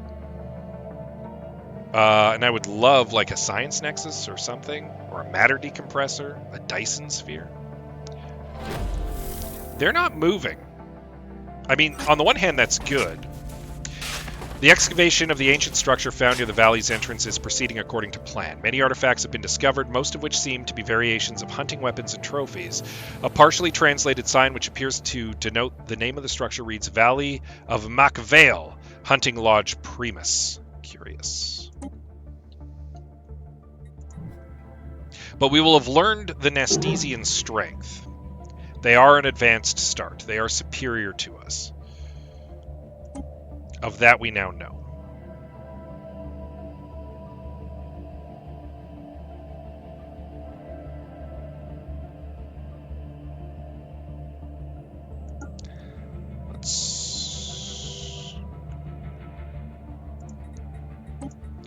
try to acquire an asset in their government for the time being.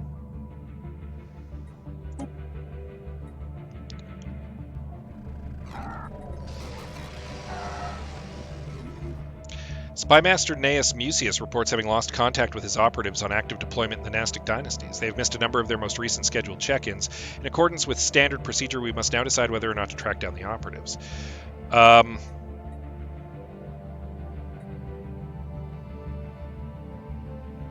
No.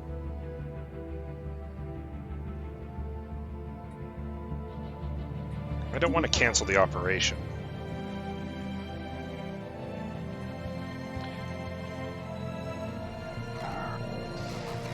There we go. And we can now settle status quo. Construction complete. We will have lost nothing, but we will have gained nothing. We are forced to put an end to this without delivering proper justice, but you cannot escape the divine punishment that will befall you. I mean, tough talk. I'm going to do a massive military buildup.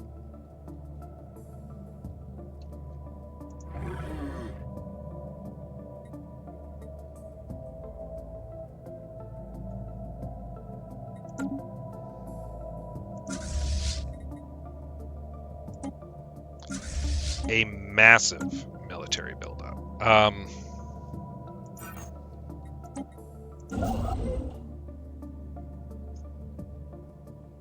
So I would like this Tomb World. So I think we're going to claim at least up to the Marinius system. I've been having real problems with my science ships. I'm not going to lie, I'm not super happy with this start as of today. Starting near an advanced start like this, I mean, that's a real bummer. I didn't realize that the Nastesians were so powerful compared to us. Like, Construction complete. It's lucky we were able to force the white peace with them, but I'm not super happy about that. The fact that we lost our head of research for a while, and then we had to waste a whole bunch of time moving both of our other science ships over to rescue him, and then we lost a science ship almost immediately after, the one that was actually doing our exploration. Like,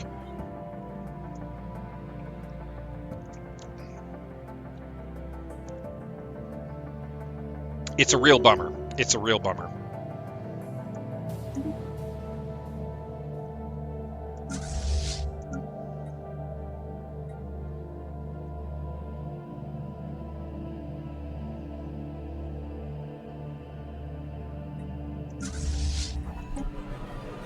Despite Lord Protector Medius Dexius's work, there is still much to be done. The Empire consists of conflicting factions, and the population is united only through the constant effort of the Lord Protector. Although Lord Protector Dexius did not wish to change the post-unification government, a new, more direct approach could remedy some of these problems. On the other hand, such a decision may encounter significant occupation. We could declare imperial rule. Only by granting unlimited power to the Lord Protector can we hope to rule the stars. From now on, the Lord Protector will have absolute authority over the council. May his rule be long and fruitful. Or our people entrusted the Lord Protector to guide them to the stars, but they never agreed to a royal title or imperial rule. Seizing power like this would be tyranny. I'm inclined to maintain the status quo. The Lord Protector did not take power to become a king, but to impose a new order. And that involves the government that he's been building, right? So Technology secured. Got some antimatter missiles. We're definitely going to research the Starhold now because we want to do a big build-up here. Hostile and unforgiving world of Andak 1 was home to what appears to have been a large Cybrex base. Nothing remains of it now aside from scattered debris and a large crater. We have to investigate the site of the base more closely if we are to learn. Situation log updated.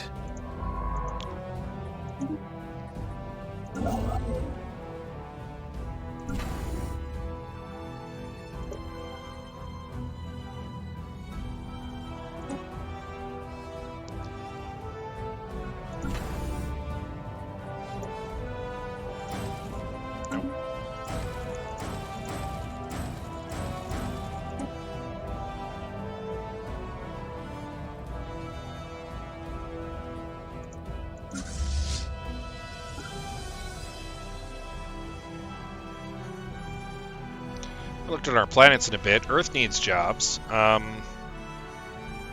Also could use some more places to live. Alpha Centauri Prime could use a little bit in the way of amenities.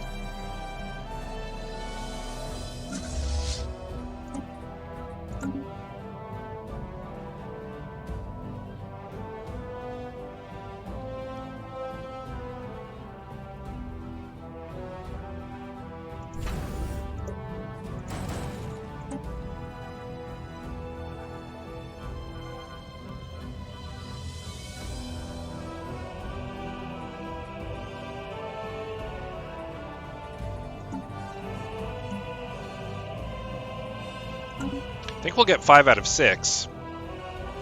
Special project complete. We found debris on Andak 1 from a large ship that does not appear to have been of Cybrex origin in the crater that was once the site of their base. Archaeologists speculate the ship belonged to one of the organic civilizations under Cybrex's attack. If so, it may have been sent to collide with the base on some kind of suicide run.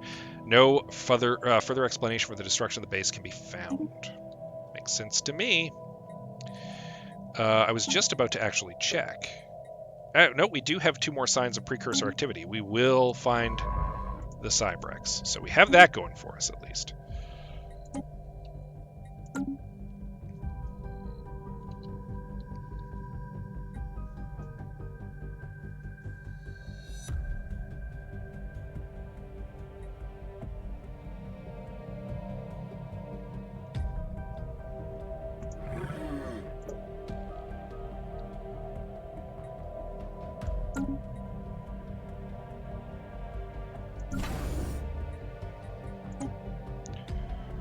Let's take a look at our ships.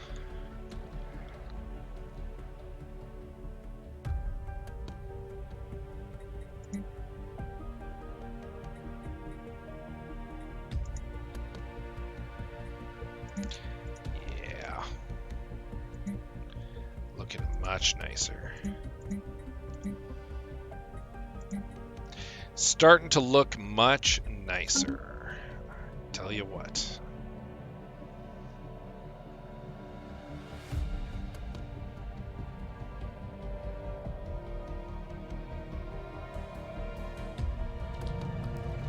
Intelligence reports are coming into Earth regarding the hitherto lifeless surface of ruinous core in the Bregler system.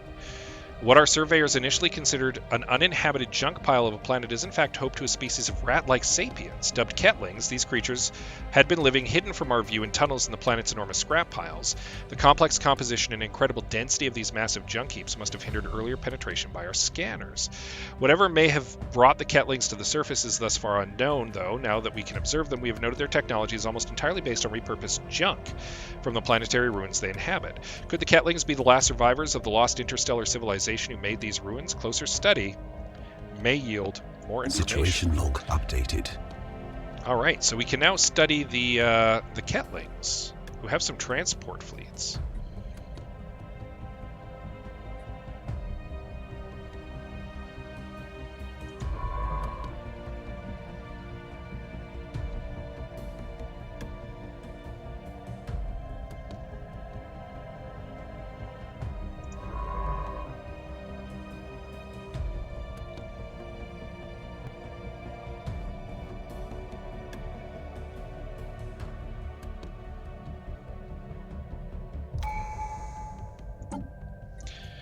All right, ship build speeds and costs. Vessels upgraded.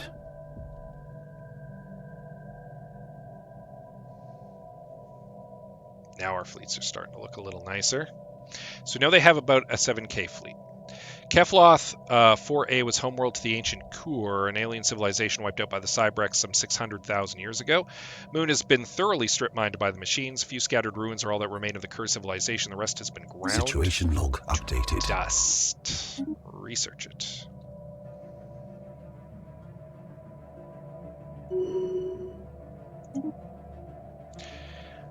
So he is an explorer for sure. He's our chief archaeologist. Need jobs on this planet. Need some living space too, so let's build our first city there.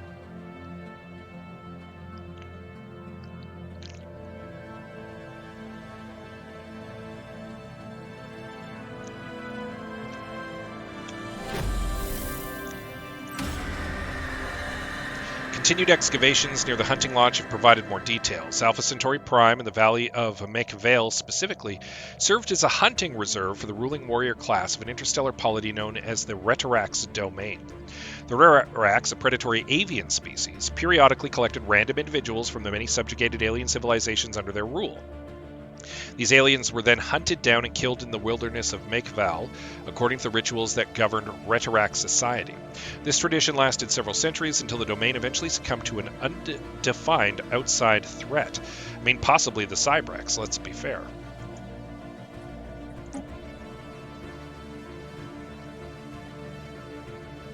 Very possibly the Cybrex.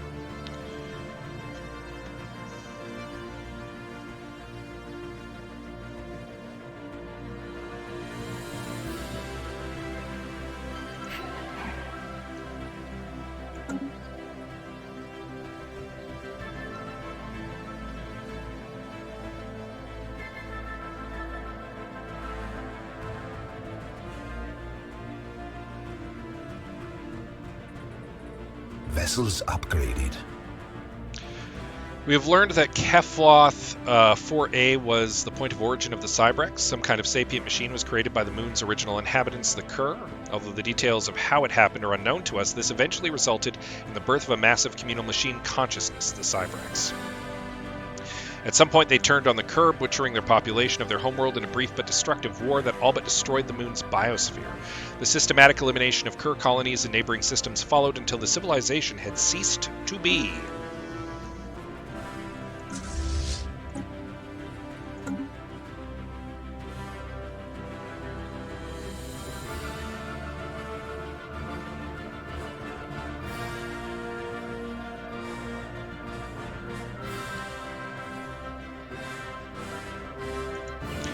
Oh yeah, there's a size 20 Gaia world here. Dust caverns and crystalline caverns. Very nice. Very nice indeed. You're just sitting idle, and I don't like that. Let's, Tiana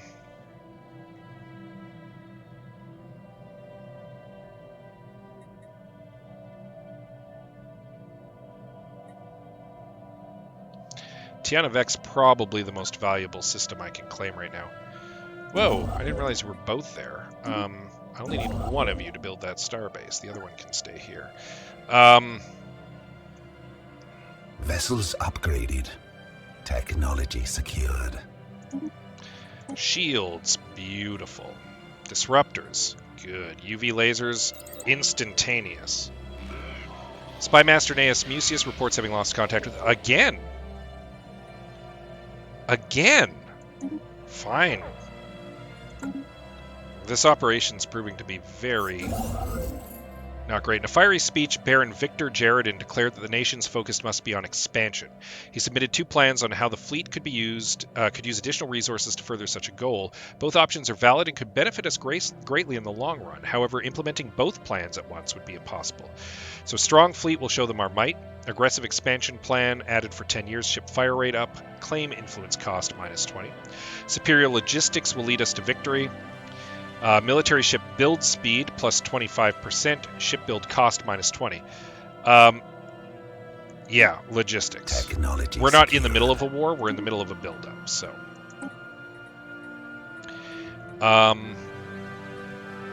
Let's go with administrative AI for the research boost. None of this is going to help us militarily at the moment. So let's begin looking into terraforming.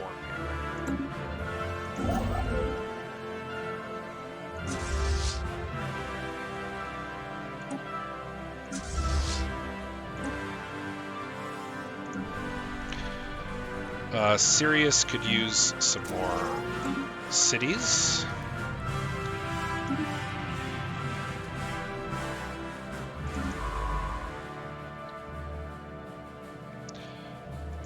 I believe this is the last of the Cybrex ones we need to grab, so we'll focus on that. Technology continues to progress on Celandine 1 and as industrialization takes their society to new heights. Their most recent breakthrough in engineering has revolutionized their use of transportation and brought them a step closer to planetary unification. Defying our prediction models, Celandine 1 is now a unified world. Pooling their resources, people have prioritized the well-being of the global community, and living standards are rising. Remarkable, highly uncommon.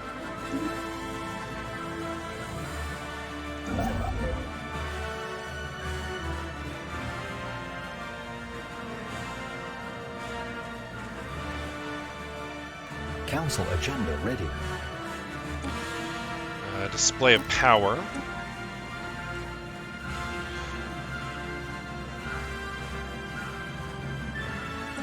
We're going to go for a military buildup next.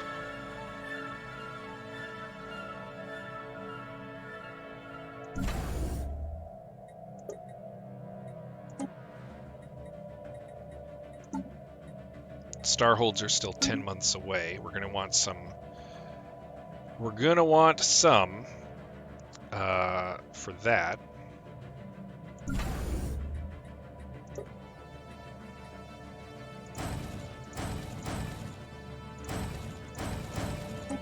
But also, Vessels upgraded.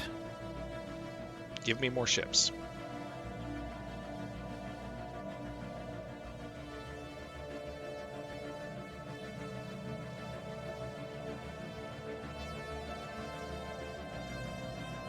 Vessels upgraded.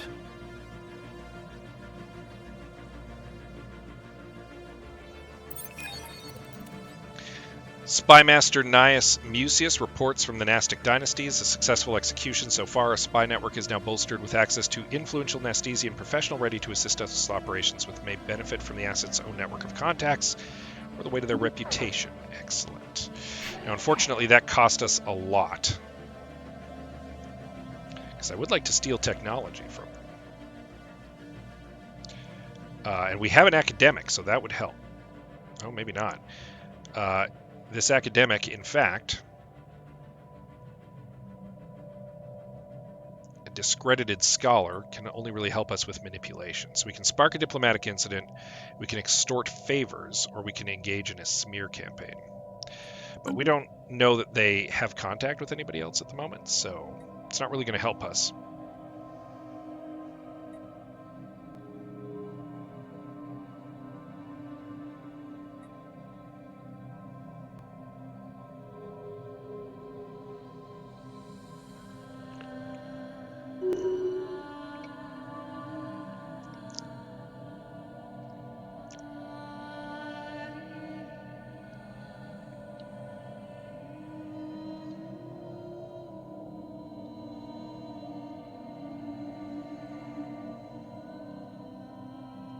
Technology secured.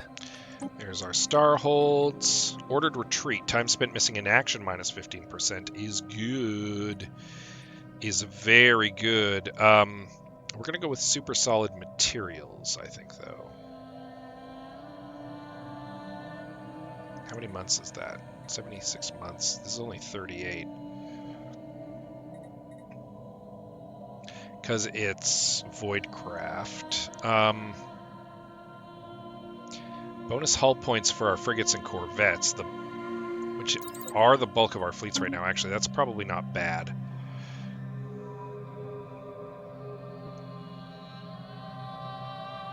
Alright, so Gomezia Station absolutely is about to get upgraded.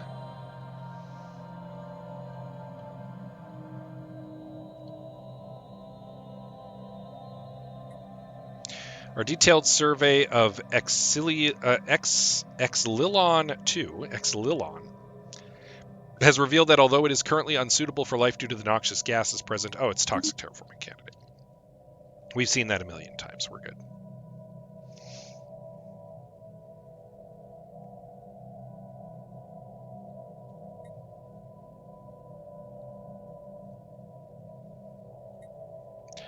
Flying by with an 8K fleet just to show off, it looks like.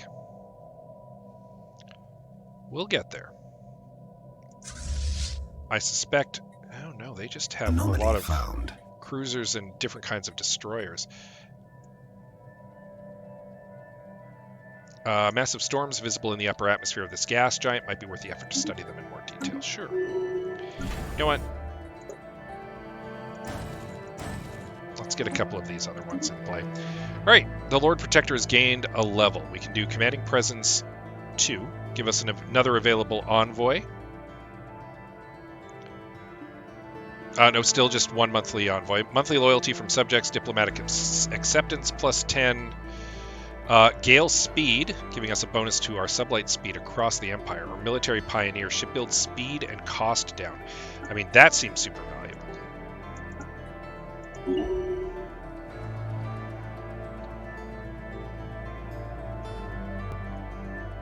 I feel like we should also look at building another star base that can do construction.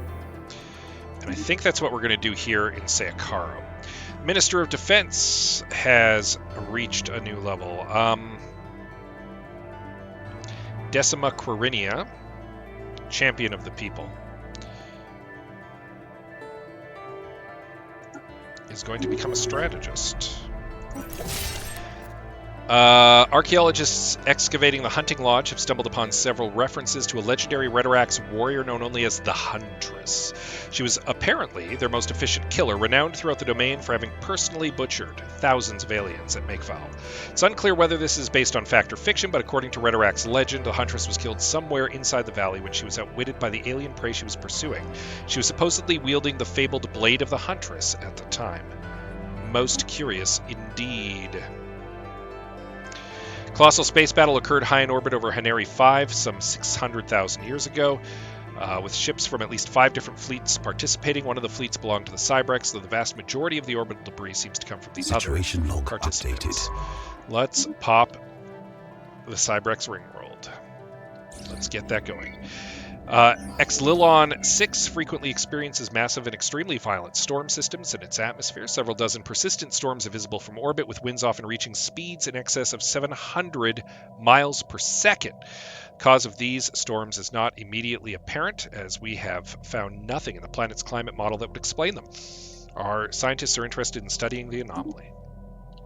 And shall.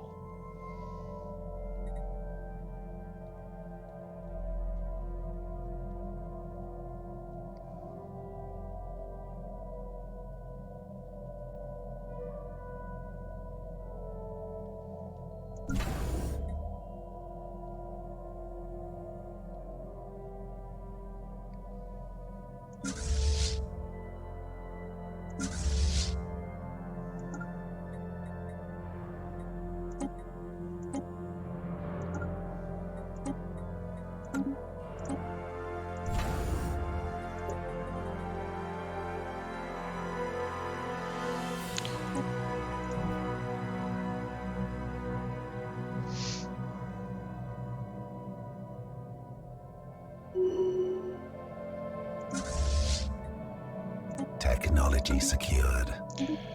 All right, our new researcher. I mean, roaming seems like the way to go. Get that bonus to survey speed.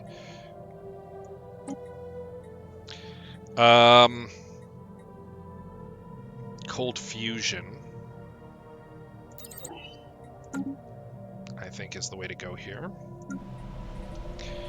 Earth needs jobs. So does Alpha Centauri.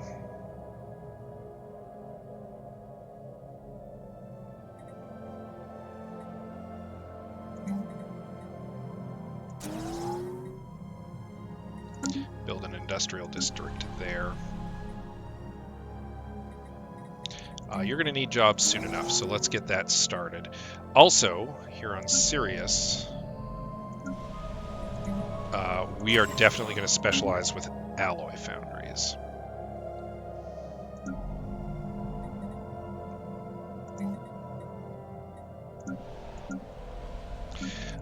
G Prime, I think you're going to be our breadbasket world at the moment. And we're going to get that started. And Earth could use a stronghold. Vessels upgraded. After analyzing the debris left behind from the ancient battle fought above Heneri 5, we've learned that 4 alien empires contemporary with the Cybrex pooled their forces together in a desperate attempt to halt the advancing fleets of the machine consciousness. Judging by the small amounts of Cybrex debris that was produced by the battle, they were not successful. Alright, so after intense study of our recovered Cybrex artifact, scientists on Earth have managed to deduce the exact galactic coordinates of the system that ancient machines referred to as Cybrex Prime, possibly where their civilization retreated after their abortive attempt to exterminate all sapient organic life. We should launch an expedition to the system before someone else beats us there. Cybrex Alpha, oh good, it appeared where we can absolutely lock it down. I was worried that it would spawn and create a new point of contact with the Nastesians, which would be the worst. So we got a little lucky with that, at least. So send the science ship there immediately.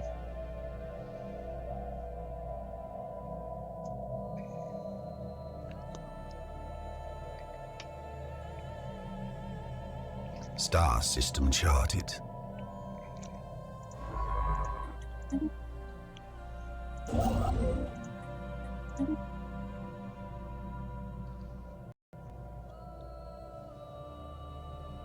Construction complete.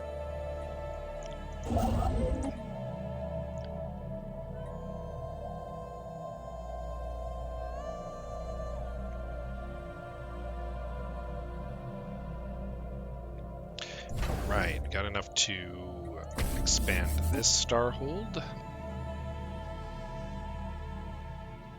We're going to station our second Authority fleet here. We're going to make it into a shipyard and a berth. It'll be a little more vulnerable on the border, but it'll also create a jumping off point for we can do two-pronged attacks into their territory. A vessel of some kind has crashed into the surface of this asteroid. Wreckage from the craft can still be found within the impact crater. Well, well. The Forphion Uprising.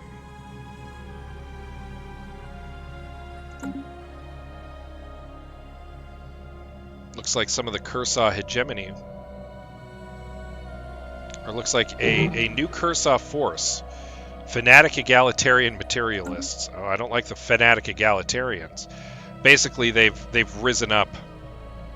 They must have been slaves of the Nastesians.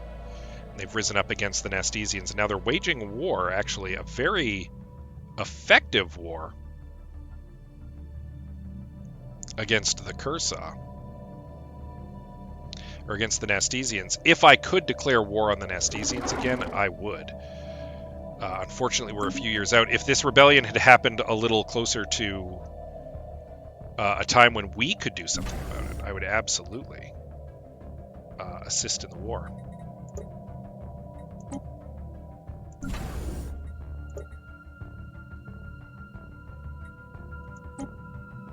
I would most definitely assist in the conflict. Complete. It would seem that the Cybrex reevaluated their galactic crusade against organic life at some point during its 17th year. Whether this change was prompted by losses on the battlefield or an ideological shift in their networked consensus, we may never know. But for whatever reason, the Cybrex decided to halt their campaign. They began a slow withdrawal that lasted for nearly a century until they eventually vanished completely. We now know that they retreated to this system, where they had constructed a massive ring world designed to house their entire civilization. They isolated themselves here for several millennia until an independent explorer chanced upon their system and spread its location to the rest of the galaxy. The news that the dreaded Cybrex had been found again prompted several neighboring powers to organize a massive military expedition, which bombarded the Cybrex ring into rubble. Strangely, the Cybrex seemed to have offered no resistance whatsoever. So we found the Cybrex Warforge, which is huge. Gained a ton of Unity, research,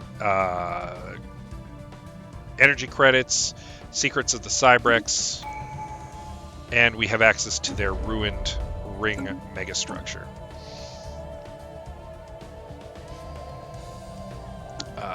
So we'll do Fleet Logistics Core.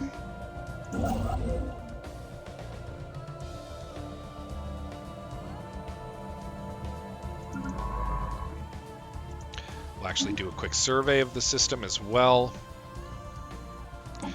Oh, we've got more.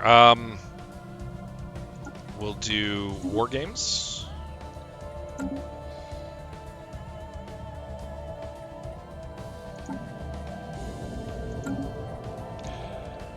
We have now found beings far surpassing anything encountered by our Empire's spacefaring history. Life capable of growing to an unprecedented scale rivaling moons in size and mass. Nothing could have prepared us for this. This day will forever mark a turning point in the story of galactic human authority. Let us hope we survive long enough to tell it. Imagine how impressive a trophy it would be. We've spotted some sort of megafauna, or have heard word of it trickling down through our intelligence networks, more likely.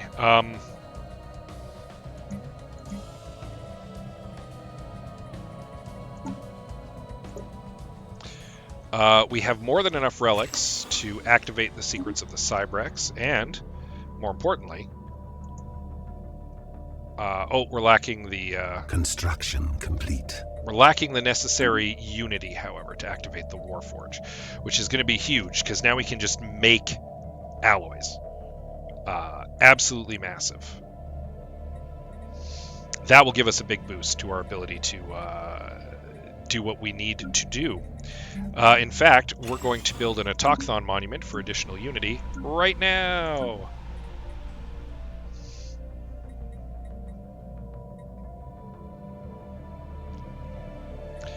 And maybe another administrative park somewhere as well would be a good idea.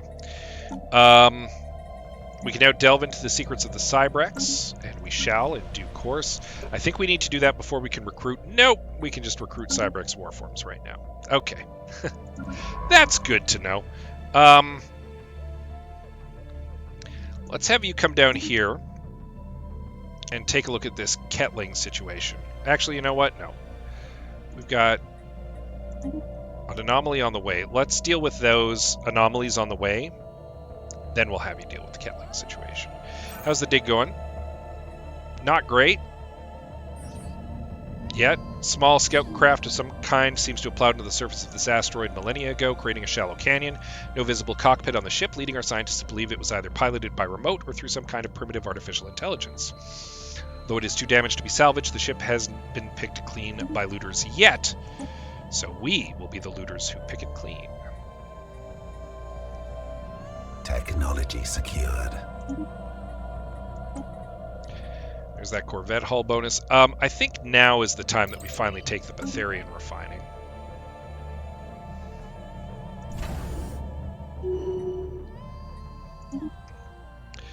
Our governor,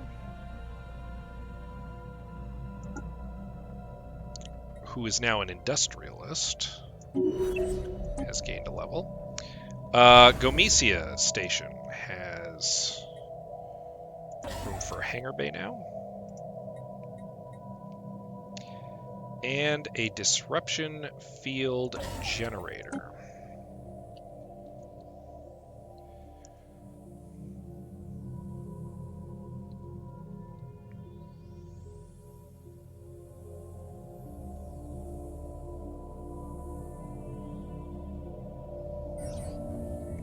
Badly damaged military vessel bearing elaborate alien insignia circles Sirius A. The ship has suffered a heavy incendiary attack, which has melted its hull, leaving no survivors aboard. No weapons known to us today can produce temperatures high enough to cause such an effect. Perhaps the ship's logs. It's the rubricator. It's always the rubricator. We always get the rubricator. It happens every time. I actually don't know why, but it seems like the chance of popping the rubricator has increased significantly. Yes, activate the Warforge. I realize that's going to set us back on our next thing, but on our next tradition. But I want those precious, precious minerals because I also want to make Sol Station better because it's going to be our central shipbuilding hub. Special project complete. Yes, we must have the rubricator. Don't spawn somewhere terrible. Oh, good. Yes, absolutely. We would love to have secret fealty from you. We got lucky it spawned over here too. Actually huge. We'll survey the system. That gives us access to a relic. Anomaly found. A large amount of ship debris can be found in orbit around this moon, possibly the remnants of some kind of massive fleet action. We're going to leave that be for now. We'll come back to it. I want to get some of this stuff researched, explored. Construction complete. Tianavek is done. And we've got like a roaming guy who can go and check stuff out. It's not a big deal.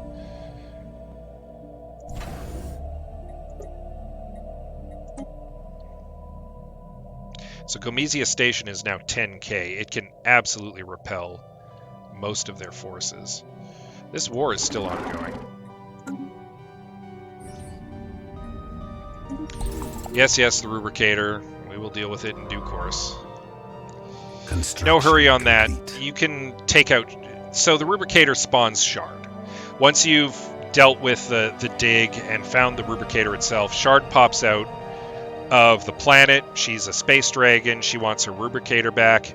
And then she starts basically wrecking up the planet, taking out the starbase, all that kind of stuff. But if you have a fully upgraded Citadel, with even just a couple defense platforms, Shard can't deal with that. Not even a little bit. It will absolutely vaporize her. And then you don't have to worry about Shard anymore. So you can even colonize the Relic World. Build up this system as much as you want.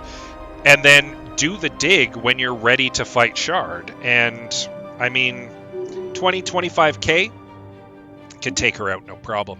Our head of research, we can increase his expertise on field manipulation, his expertise on engineering research, on Voidcraft specifically.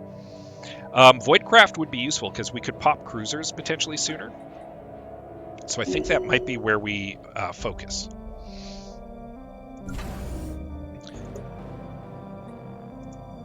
Gomezia Station, we'll give it another gun battery. It's going to be our main defensive hardpoint because, this is the core of their space. So this is where most of their fleets are going to be coming through. They're going to want to try to punch through here more than anything. And then this is going to be defensible too, but it's also going to be built up as where the Second Authority fleet is going to be based out of.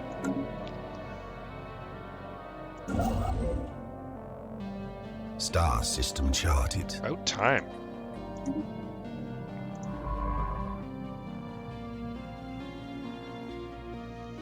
And we might actually have the Second Authority fleet pop over here and quickly deal with this. This might be... this might be ours. There might be nothing here. In fact, we're straight up going to do that. The Second Authority fleet might be strong enough to take on the Locust Swarm too. But it's definitely strong enough to take on the mining core, especially if we do the drone study first. So yeah, we'll have it come over here and punch these drones. Construction complete.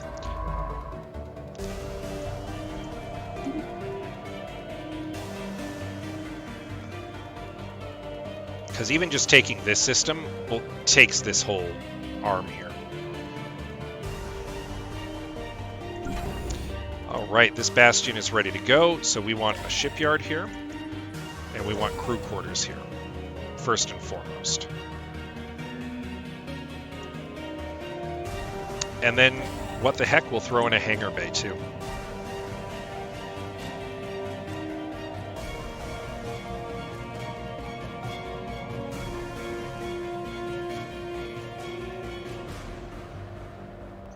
Technology secured. Love to see it. Terraforming. I mean, colonial centralization is probably the way we want to go here. Construction complete. So we can now do some terraforming on some of these potentially useful worlds. We've definitely got the money for it. I say we terraform stuff nearer to the heart of our solar system. We could make a fortress world here in the tundra on Gomezia, transform that into just like an outright fortress planet on the border. Last month, this changed by +4.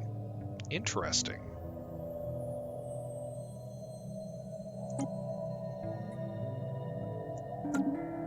How's our spy network doing? Pretty good. We could attempt to steal technology now. It's still routine.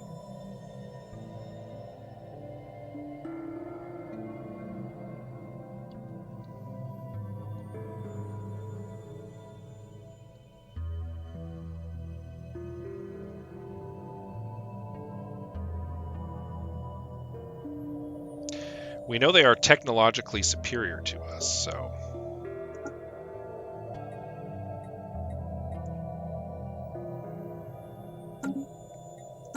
say we do it. Snoop at their tech. See what they got.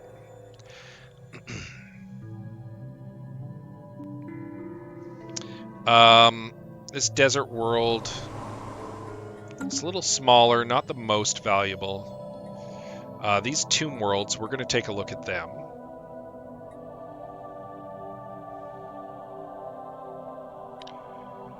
I'd prefer to do something closer here.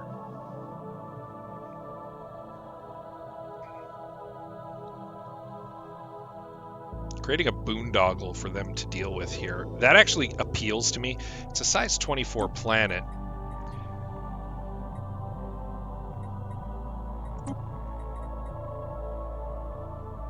Take a while to terraform, but we've got the money for it.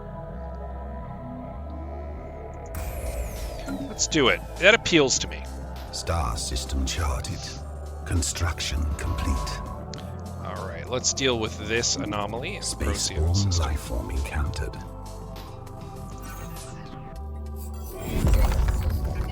War has broken out on Celandine 1. In recent years, certain factions on the planet managed to accrue enough wealth to monopolize the means of production. In turn, others revolted against the growing inequality. Now an all-out class war has broken out. It is a dark time for Celandine 1. This will have lasting consequences. We will remain impartial in their political affairs. Oh, the Cursa hegemony was wiped out, unfortunately.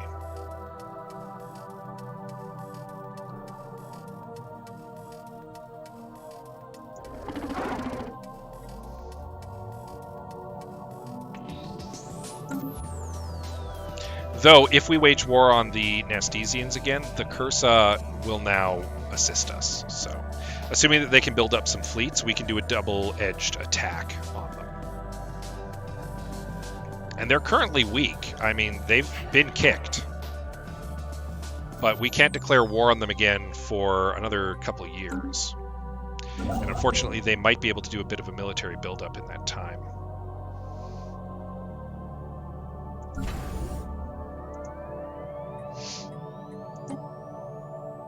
They're not going to be able to punch through Gomezia anymore. Oh, after we chose not to... that was a quick war. After we chose not to involve ourselves with pre-FTL politics, the war on Celandine 1 ended of its own accord. The oppressive powers steamrolled the revolutionaries. The status quo has been restored. The revolution is dead. I don't know that I've ever seen the revolution succeed. I would expect that perhaps you actually do need... oh, there's an Ether Drake. That's what we encountered. That makes that a potentially valuable system, though, because we could gain access to the Dragon Horde. Potentially. This links up here. We don't have access to a black hole, do we? And that's potentially problematic, because without a black hole... how... oh, yeah, we have the Maw here. Okay. We have a black hole. Beta Aquilae. So this became valuable just because if we can take out the Ether Drake, we can gain access to Dragon Scales, we can gain access to the Baby Dragon. Potentially huge.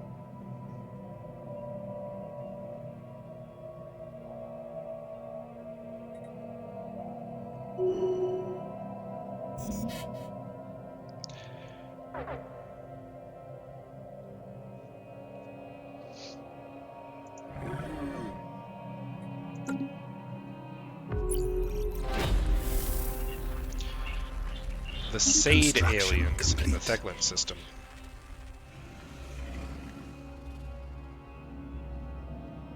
Uh-oh, we spoke very soon, apparently.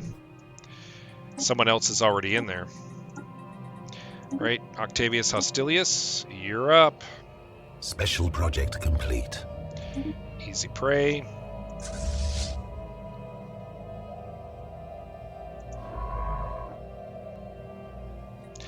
You know what, this just became a little bit more pressing. I hate to say it. Nobody's gone through these mining drones yet, so I'm not too concerned over here.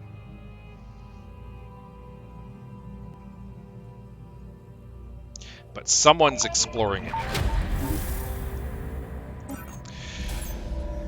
After painstakingly combing through the valley of Makevale for any trace of the legendary huntress, archaeologists were finally able to pinpoint her last resting place. Her fossilized skeleton was found locked in battle with the remains of a large-horned arthropod, with her claws still clasping the hilt of a perfectly preserved sword. This must be the blade of the huntress. The weapon is composed of unknown material and is sharp enough to cut straight through our strongest armor. Found a relic, which is always very nice. You know what? It's probably safest to go and deal with that now while there's no war there. Technology secured. Betharian minerals appear to have originated from a singular source, but were scattered around the galaxy millennia ago. The minerals are most often encountered as pebble-sized clusters and are highly flammable. I do love Betharian energy. This is good.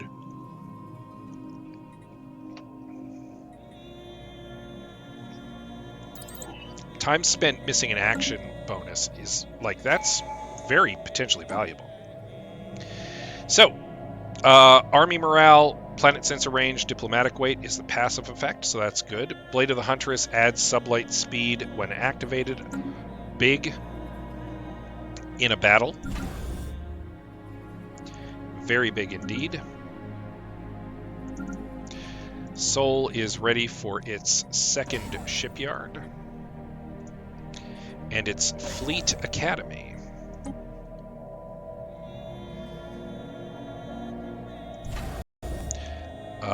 And a hangar bay to assist with trade protection as well as defense. Construction complete.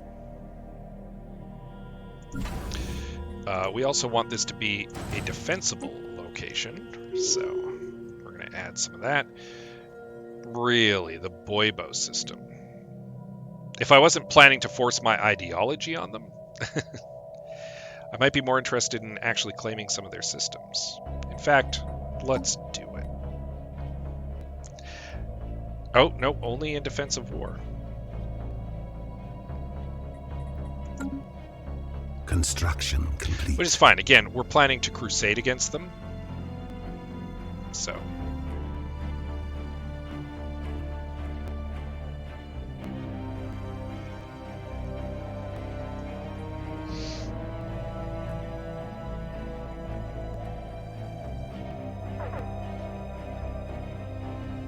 They're planning to wage war on us again. That's why they're making that other claim. We're coming up on the end of the peace period. They don't know that the Cursa are on our side, but I don't know that the Cursa have much in the way of forces that they can effectively give us. What I can say, and they're moving their fleets into position, and they made another claim on our systems. Now that said, these fleets, even their combined might, not going to be able to do much. Even so,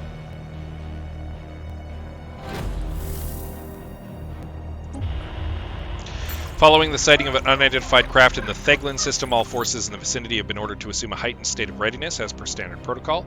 Intelligence is still analyzing what little data we have on the bogey, but it appears capable of hyperspace travel. Offensive capabilities remain unknown. As this likely represents our first contact with a new alien civilization, we should take steps to decipher their communications. Absolutely.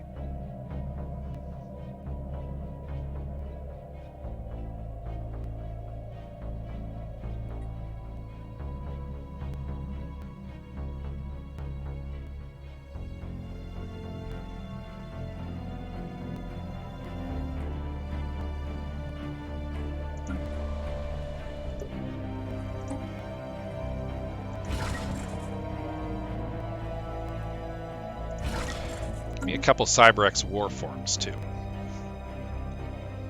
because I want them in my army.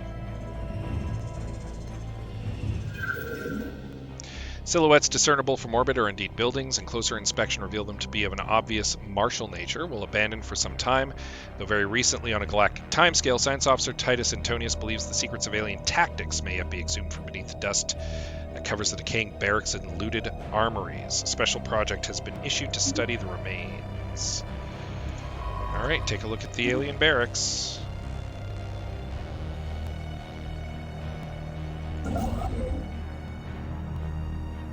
They've got a couple science ships in here.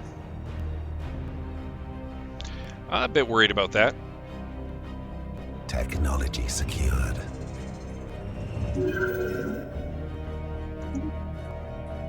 Cold fusion, excellent. I'm okay looking at encryption right now. I'm worried that the Nastesians are involved in some unscrupulous activity against us. We have access to a relic world, so maybe a faculty of our Chaos studies would be useful right now. You can finally take a look at the rat research. You hold tight.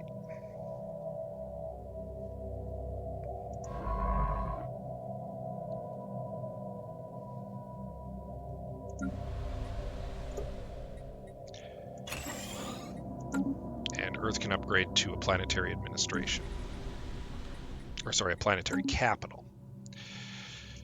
Yeah, we're doing good. I'm pretty happy about this. Let's get you upgraded. And then we're going to start moving the Earth fleet fairly shortly up to the Gomezia system. Oh, maybe they weren't moving their fleets into position. We can now declare war.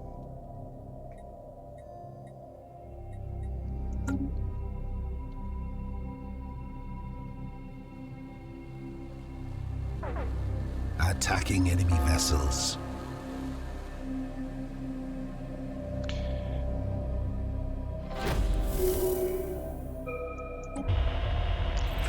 Our linguists have made a breakthrough deciphering the Sade alien language. They use an alphabet consisting of almost 17 million unique characters, which in turn correspond with the color on the red, green, blue spectrum.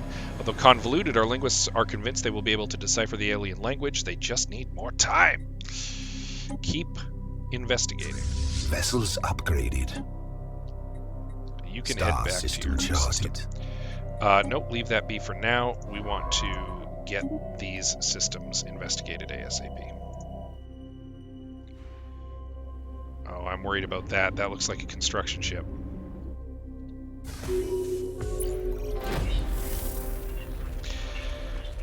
Searcher Sigorius has become a bit of a tyrant aboard his ship, apparently. It's affecting Empire-wide happiness, but only as a counselor would it be a real problem.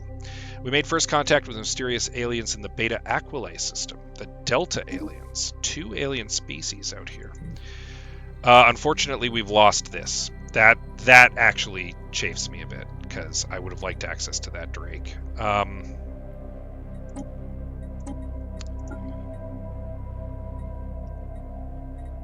I mean, I think we can afford to move him away from the Cursa for the time being.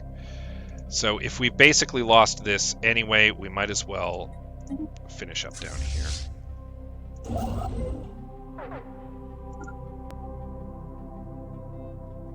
Yep, they're preparing to wage war on us.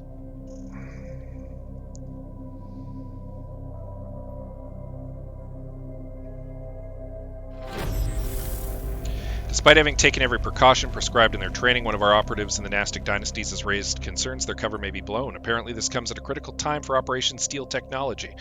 As such, Spymaster Gnaeus Mucius requests more resources with which he might prevent disruptions further down the line. Sure, we can afford that. By tracing weak energy trails, most likely left by spacefaring vessels, one particular asteroid in the cluster was singled out. Closer inspection of the asteroid's surface confirmed the theory of prior space traffic as multiple signs of landing and takeoff were found on the rocky exterior. Sensors also indicate cavities and tunnels within the asteroid, which may be excavated. We managed to pick up a clear audio feed of conversations between several Delta alien ships. While our linguists are still none the wiser as to the meaning of any words that they are recording, they're optimistic that this new signal will help them make significant progress toward a breakthrough. Good to note. All right, let's get the First Authority fleet.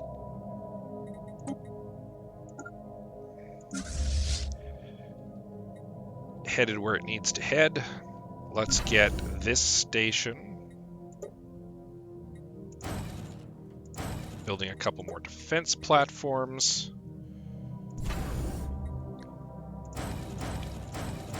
And some support vessels for the Second Authority fleet.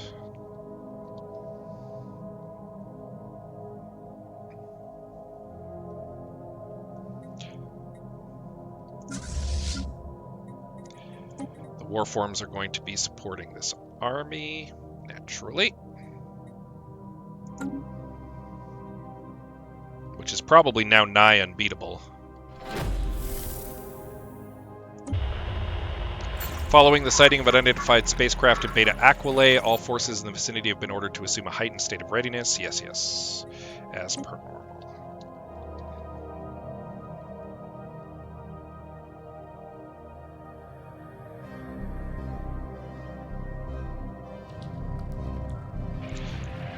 Lost contact with...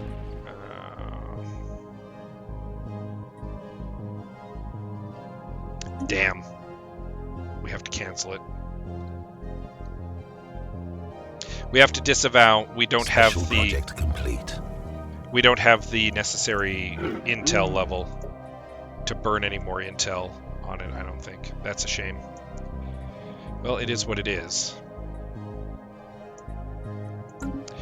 Titus Antonius's investigation of the rat-like sapients on Fallen Outpost has produced some surprising results. The Ketlings are psions, capable of sharing their thoughts via telepathic networks spanning millions of small minds.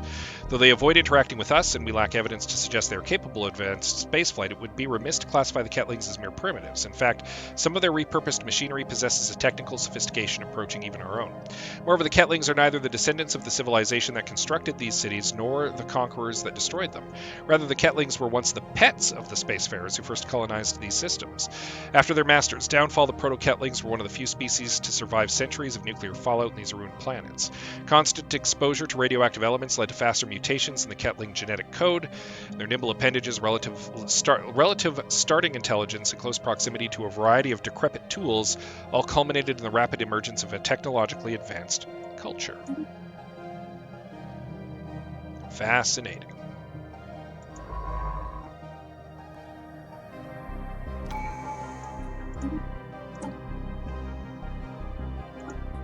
Ship fire rate plus 10%, very handy right now.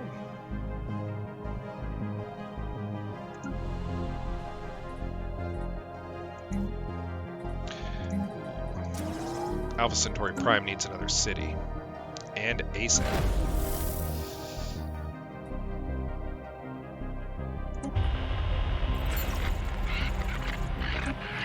Using a hexadecimal positional numeral system, our mathematicians and linguists are on the verge of colorful language breakthrough with the Sade aliens. Officials are preparing first contact protocols. Through studying the Sade aliens' language, we know their culture is vast. The potential risk for misunderstanding is high. Now we must decide if we should appeal to their sense of logic or to their emotions. Diplomacy is an emotional cultural exchange. Contact them in song, or let us prioritize logic ahead of feeling. Keep emotion out of the communication.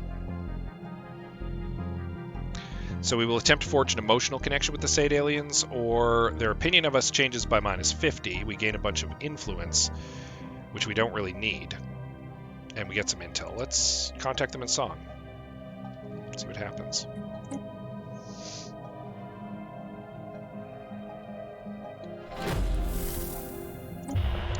Efforts on contacting on an emotional level with the Sade aliens have proven catastrophic. Our linguists failed to demonstrate an understanding of their culture, and as a result, we have greatly offended them.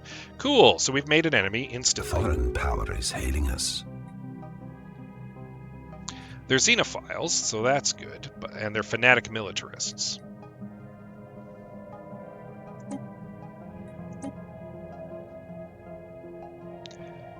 Oh, they're just a tiny little group of people here.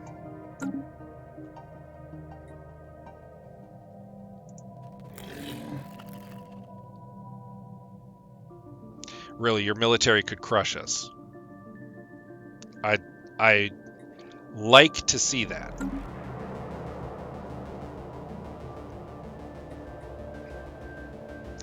Impressive if true.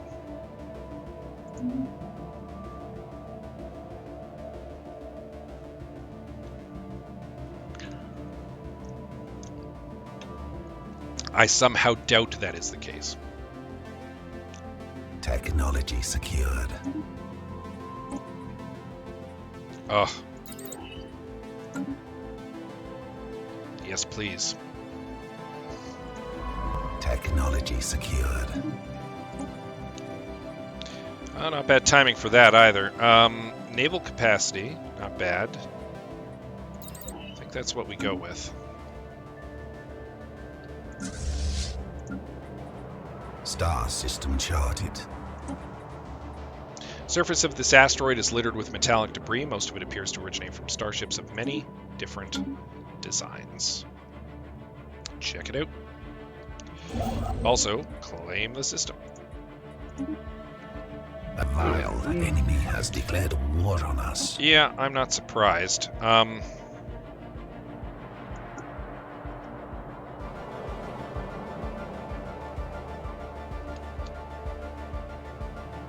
Now, unfortunately, I should have declared war on them first. That's my own fault, because then I could have declared a war of secret fealty.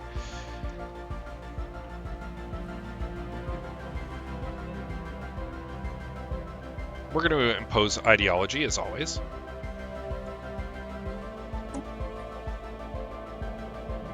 They're going to attempt to vassalize us.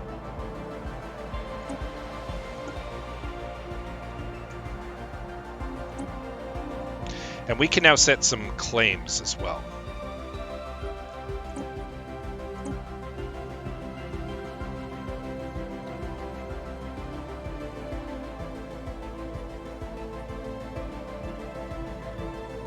Just a few.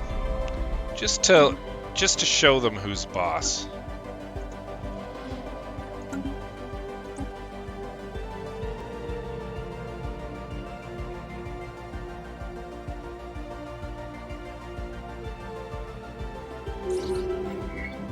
Asteroid was evidently used as a junkyard by someone at some point in the distant past. All manner of discarded machinery and metallic refuse has been deposited inside the asteroid's weak gravity well, being slowly pulled into the jumble of debris that now covers the surface. There is nothing of particular value to be found here, but a lot of metal could be salvaged by a mining station. Very good.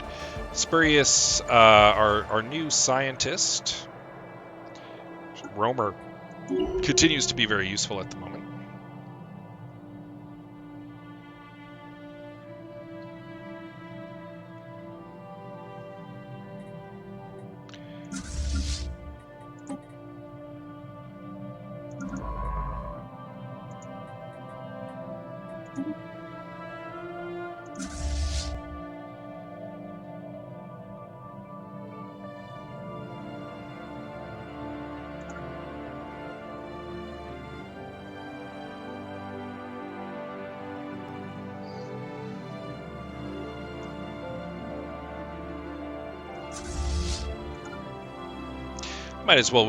Might as well Construction complete. make the first move. Made contacts with mysterious aliens in the Sol system. The new aliens. Following small and narrow tunnels, the expedition team finally stumbled into the innermost sanctum, a vast and exquisitely crafted chamber adorned by sculptures carved directly into the rock. Translation of spiritual texts carved into the walls called this place the Ninth Step, and it apparently was one of many destinations on a religious journey taken by the creating species. If this was the Ninth Step, where are the preceding Eighth? And how many steps followed?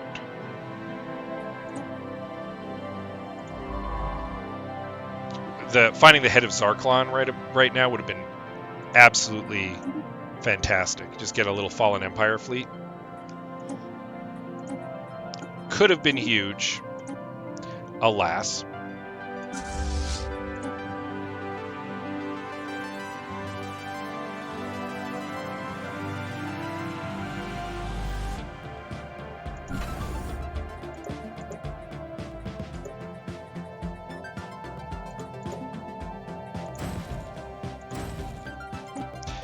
Couple more defense platforms going on there. Well, why not? You declared war on us, we'll take the first shot. Assets. Cruisers would be great right about now, too, actually. Seems our linguists have suffered a major setback in their attempts at codifying the language of the new aliens. Unfortunately, what they had taken to be their language quite simply was not a language. In his report, Envoy Octavius Hostilius states that after days of investigating the matter from every angle, linguists finally concluded that it was in fact probably an attempt at music.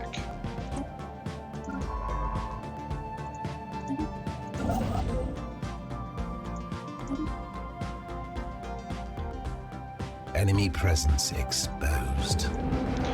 As the Pythias passed through the asteroid belt on its way to QH6498, Science Officer Titus Antonius reported the ship experienced a number of sudden gravitational shifts. Ever curious, he dispatched a number of probes to scan the debris field to discern the cause. Turns out the culprit is a number of gravity generators of old alien make. Sputtering on dying energy sources with their polarities inverted, they occasionally spew reverse gravity into the void, though not with enough force to cause any serious harm, not anymore. Antonius theorizes the generators once provided artificial gravity to a large asteroid belt, but some malfunction eventually tore the rock apart. Alright. So they've got a very big fleet, close to 15k, headed for this system.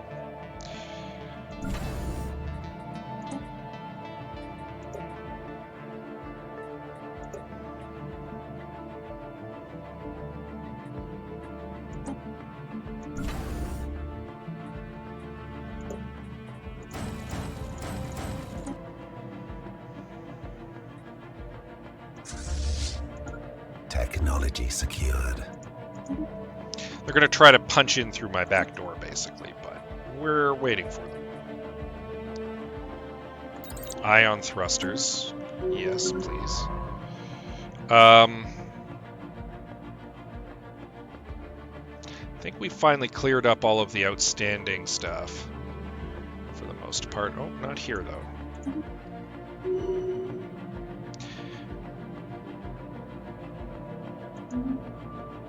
Really? The Multics. Alright. We might have to teach these guys a lesson shortly.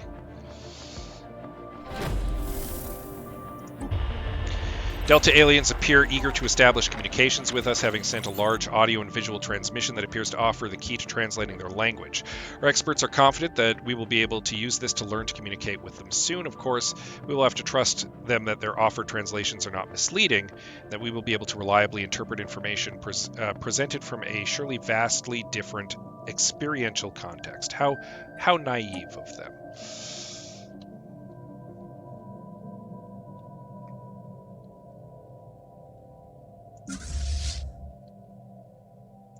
You know what? We're going to turn around up to here. I've decided. Enemy presence exposed.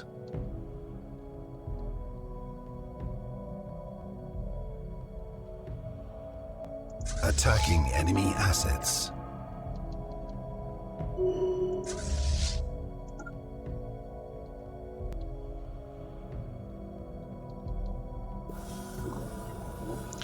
We've received a communique from a previous unknown spacefaring empire calling themselves the United Minarian Council. They claim to have learned of our existence, listening on to communications of another empire we're in contact with. They're... Okay, whoa.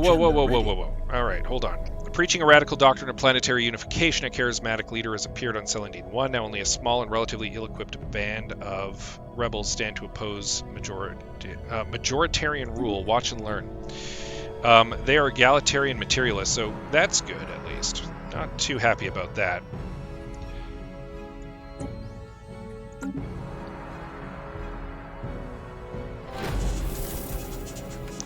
And the Holy Minarian Empire.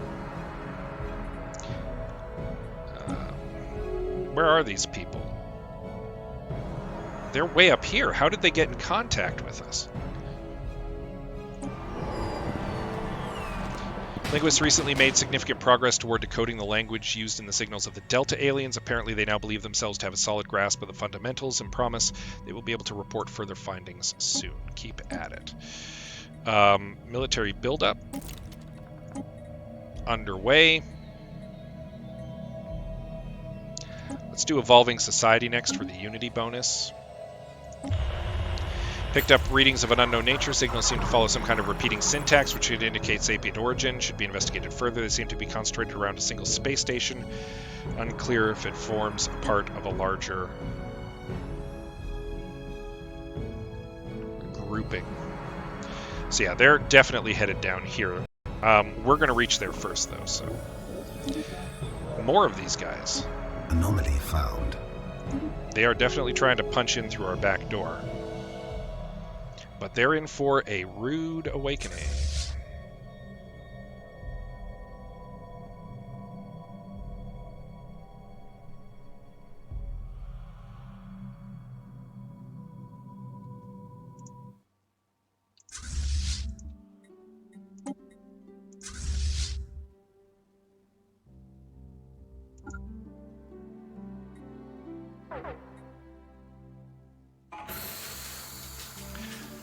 We found a small research outpost, which the Galactic Human Authority has no records of establishing or indeed authorizing, on the surface of Eric 4. It's staffed by one human scientist, a fairly talented and industrious one, if their research on Eric 4 is anything to go by. There's a problem with regards to their identity, however. We've been unable to match them against official state records. They refuse to identify themselves, save by stating they are in exile. They have expressed an interest in returning to Earth and serving the Galactic Human Authority directly, on the condition that the Hephaestio immediately depart Eric 4 and no human ships ever return. Technology secured. I'm kind of okay with grabbing the exile right now.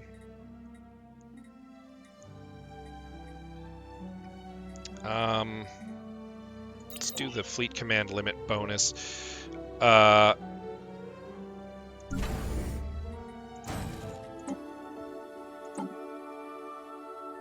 take a look at what the exile's bringing. To bear, not terrible.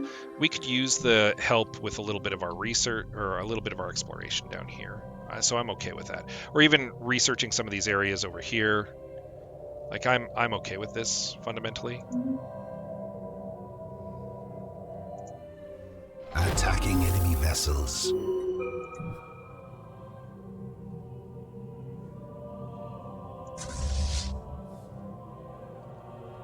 Attacking enemy assets.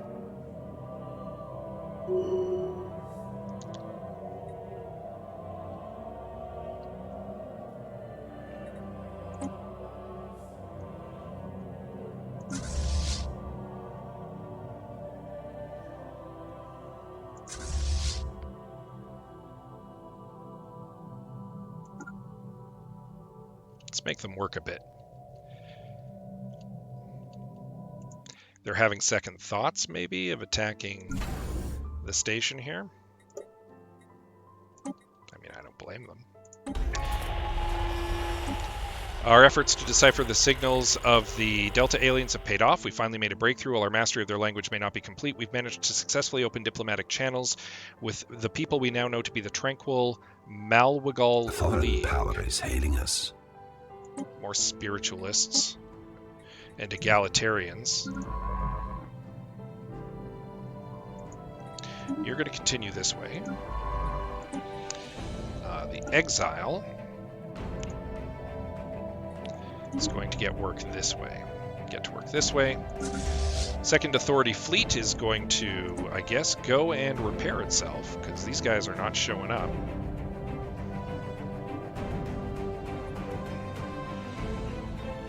Vessels upgraded. Actually, you know what the exile should do? Come and take a look at this Nastesian technology. The Minerian battle clans. This must be... There must have been an empire up there that recently collapsed. We've made contact with the Artisan Troop.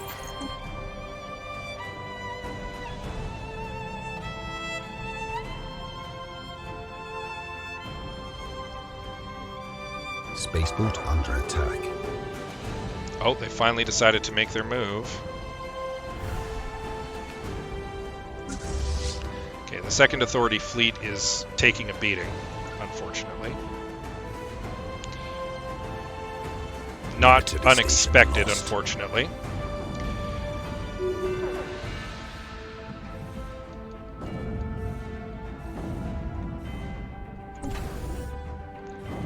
Solar system hardpoint lost. Attacking enemy assets.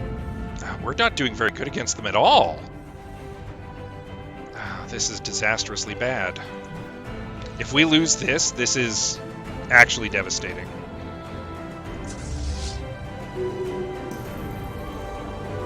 Zero-G research platform disrupted. Bloody battles on Celadine, where pro-unification forces continue to tear one another to pieces. In the struggle, no weapon or tactic is off limits. Atrocities committed on all sides. So I'm going to push right to their homeworld. This is very bad. This is like leaving. This is like ending the game bad. This might be my last game with this. Like, this, starting next to an advanced species, them getting off on the wrong foot with me and then deciding to attack me. Like, it means I got a bad roll, and I didn't realize it until I was already deep into the game, unfortunately. And we've just been on the back foot with them since the first conflict. Like, this is unfortunate. But unfortunately, it is what it is. Star system charted.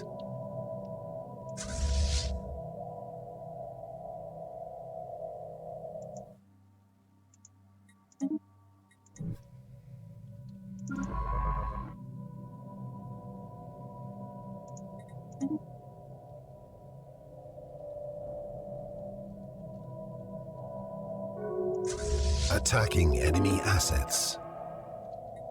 So I'm just going to push right onto their homeworld.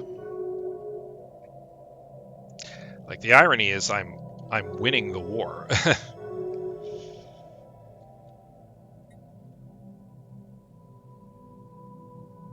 But this is a critical loss. This is a critical loss. That could lose me the game, essentially.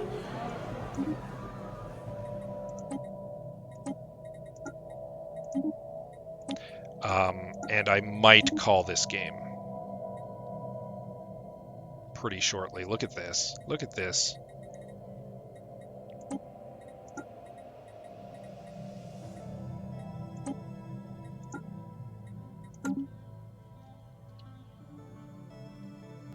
Man, why did I start in such bad shape? Like, I feel like I didn't play the game badly. It's just...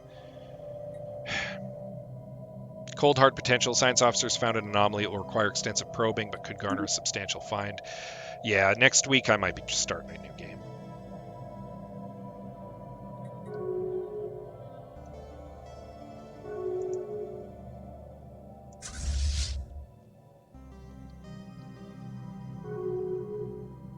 But you know what? You can win a battle and lose the war.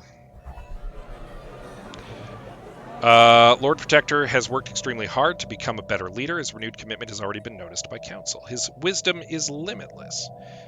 Gains the Brain Poacher trait. Pretty big. Not bad. Ion thrusters get cruisers at last. Good God.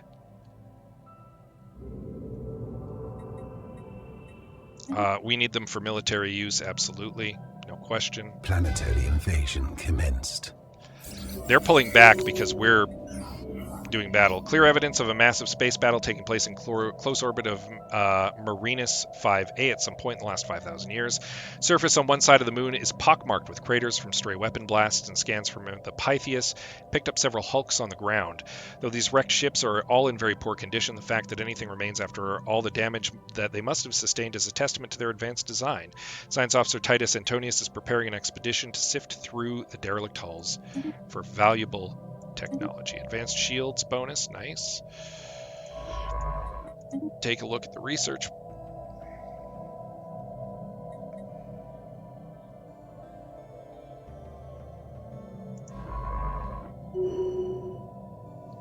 Unfortunately, our governor has become melancholic. That's not great.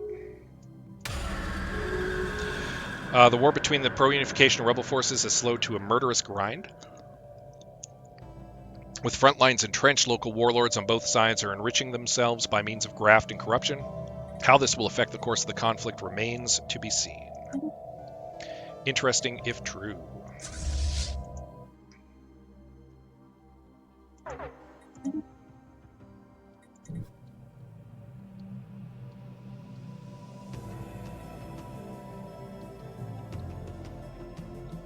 Star system charted. Hulks vivisected.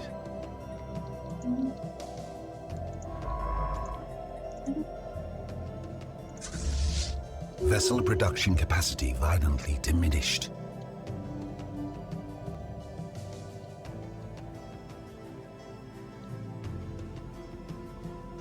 Planetary invasion commenced. Ground invasion force has seized a planet. Darn right it has. CyberX war forms, man. Attacking enemy assets. Team under Science Officer Titus Antonius has finished their expedition on Marinius 5A, returned to the Pythia. Sadly, the wrecked starships on the surface were too badly damaged to recover useful tech. These vessels were clearly very advanced, however, and we could gain valuable engineering insights if we analyzed the way they were designed. We should consider the construction of a permanent science outpost in orbit. Perfect. Our general is now a Glory Seeker too, for sure.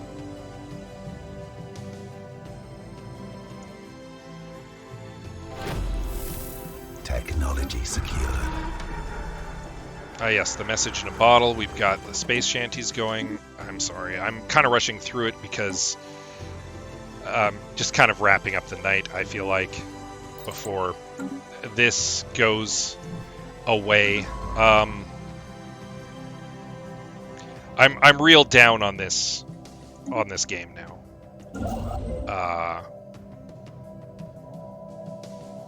This is bad. We might be able to pull it out. We'll have to wait and see.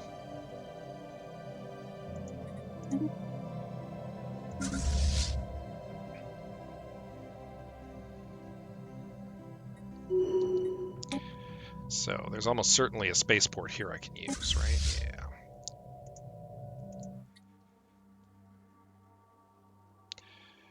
Yeah. First things first, though. Let's conquer their homeworld. That'll put a little dent in the war for them, conquering their homeworld. Not so good for them. Vivisected. I think they've backed off. I think they're probably rallying to come in here and try to retake some of this. What are we getting here? Just general physics and engineering research? That's not great. Would be great if we could get some progress towards something. Titus has become volatile. Monthly unity down. That's not super. As always, we could use more industry.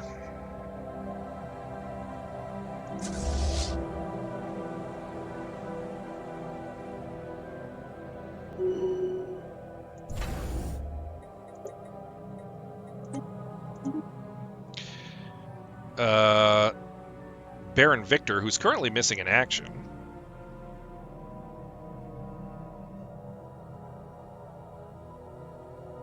Artillerist 2 seems good.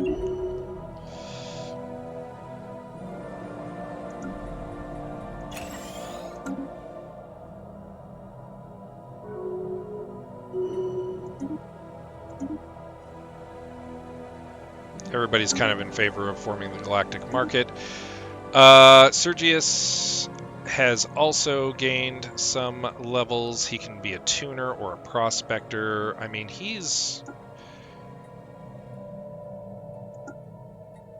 we'll do tuner. He's on archaeology duty. Once our ships are fixed. Anomaly found.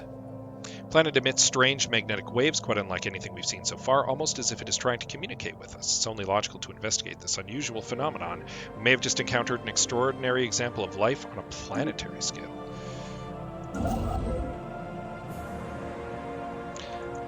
You should build a starbase there, my guy. Planetary invasion commenced. You're fixed. We're going to head up and just take more of these starbase systems. We might be able to effectively cripple their war machine and its ability to repair itself, which would be good. I mean, again, we're winning the war. We lost a critical battle, but we're winning the war. Across Celandine 1, rebel forces are in retreat. As usual, the authority reigns supreme. However, even as the New World Order is taking shape, fractures have begun to appear. High-ranking officials pit themselves against victorious generals. Profit-hungry courtiers stalk the halls of power. Nain Giger is about to be tested on a whole new battlefield.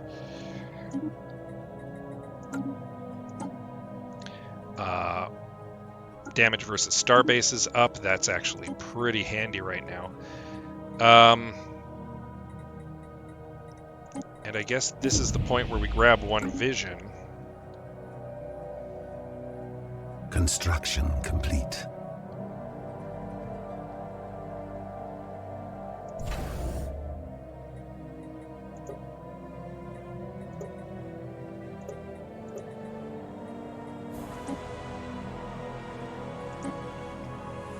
We're actually almost at a point where we can force a status quo.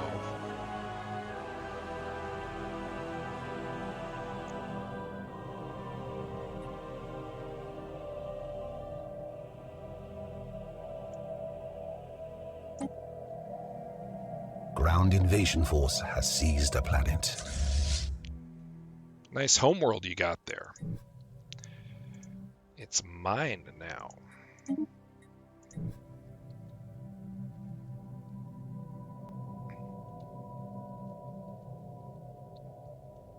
Construction complete.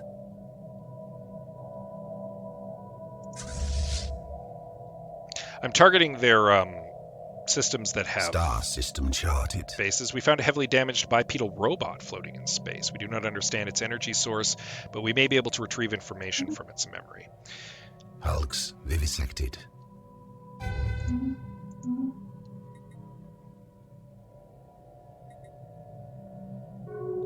Construction complete. Its faceplate is featureless, its metal exterior damaged. Preliminary scans indicate it has residual power, but its power source is radically different from our own. Its internal circuitry may hold memories of a previous existence, but recharging it, translating intelligence, will be time. Scan the robot. Attacking enemy assets. Whoa, whoa, whoa, whoa. Though, through diligent effort, we found a way to recharge the robot's power supply and scan its memory bank. Sadly, the machine is deteriorated so badly we cannot retrieve coherent information. We will consider a follow-up study, and we may search for others of its kind, but the fate of this mechanical castaway must remain a mystery. Fascinating.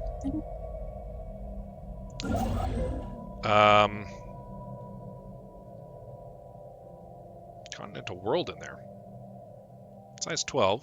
Not terrible. We'll definitely claim this cluster. Maybe as far as Alderaan. Still some risky business playing out here, but... Where did their fleets go? I'm a little concerned that they've kind of disappeared. But we might be able to retake at least Sulan, if not, say, a Caro. That's going to be a tough nut to crack on the way back, unfortunately. Though it is significantly diminished without the defensive Technology bases. secured. Disruptor technology get.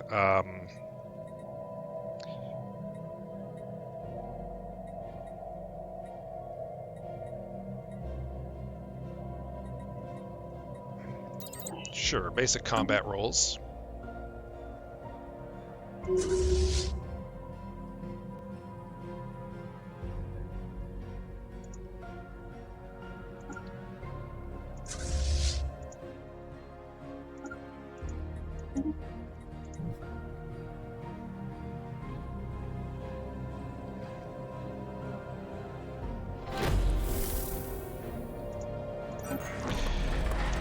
Translate more lyrics.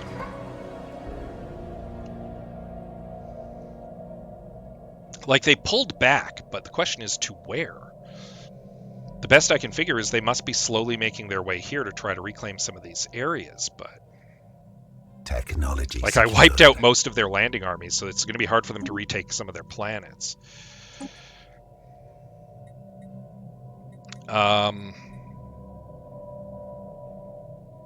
Compact living wouldn't be bad. But I'm thinking refit standards is probably attacking enemy vessels. We're in the midst of a huge war. I think we may have found another one of your star bases, maybe?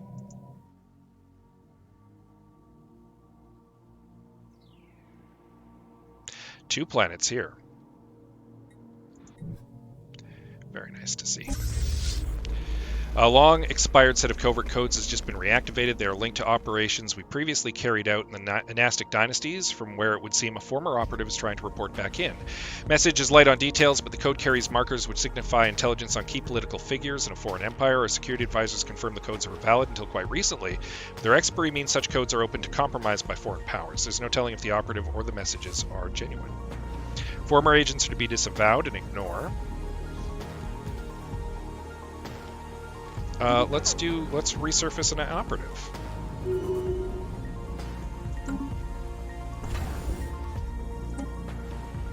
really... Their naval capacity must be devastated right now.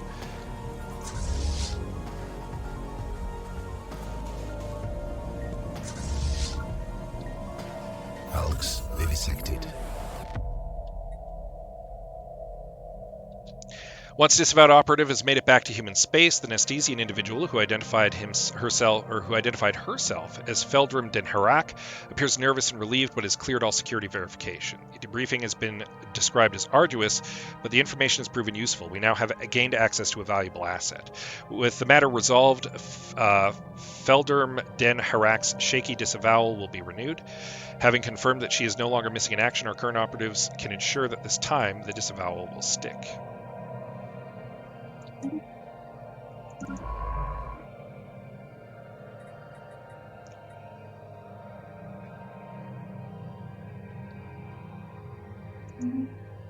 Very nice. Construction complete. Very nice indeed. I wonder if they actually go all the way around.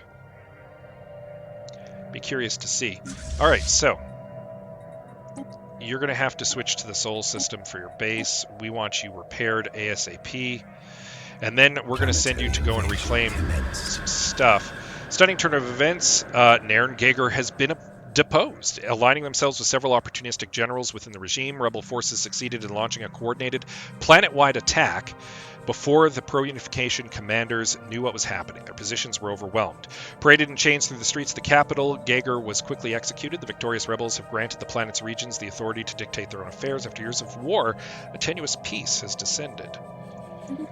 They're unfortunately now egalitarian rabble. Let's get some relief built.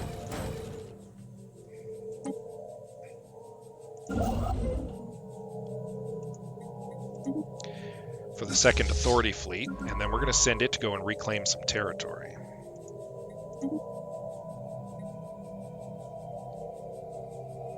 Anomaly found. Efforts to map the surface of this moon have identified a strange mountain range in the southern hemisphere. It does not appear to have formed naturally. Arrested development as well. Haven't been paying attention to some of the stuff going on here. Oh, Task Force Uteris. Welcome to the party. Attacking enemy vessels.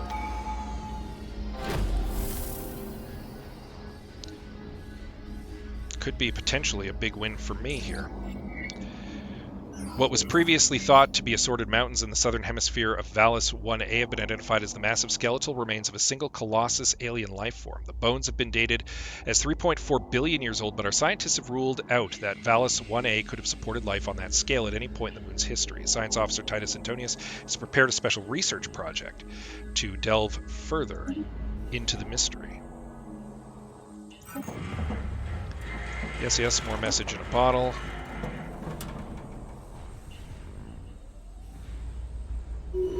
This is a huge win for me. That may have outright crippled their military power. They're willing to settle for a status quo peace right now. That's how badly they just got kicked in the teeth by that.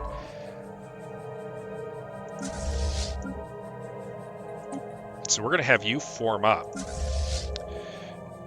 And the conquests shall continue.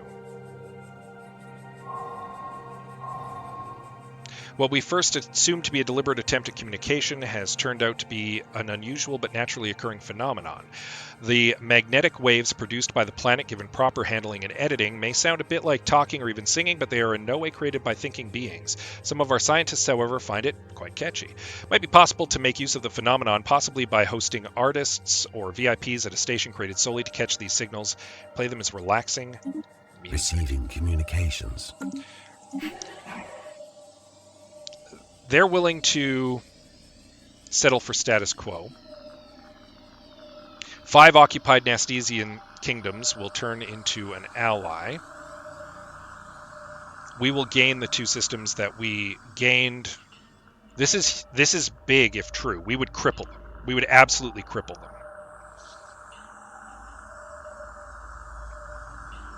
We would create an allied or subject nation right next to us with our ethics, it would significantly weaken them.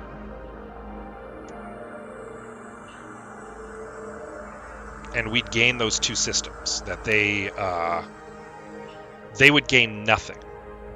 The question is, do we want to push our advantage? Because we're winning this war right now.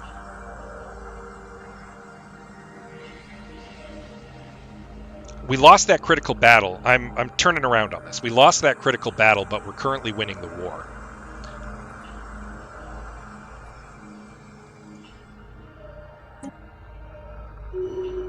You know what? No. The Nastesians need to be shown the correct order. Terraforming on Gomesia 3 is finished faster than initially estimated, which has left our terraforming specialists with time to experiment. The results are impressive. The planet's natural traits have been enhanced to be both aesthetically pleasing and utilitarian. We can take natural beauty, or we can do engineered nature.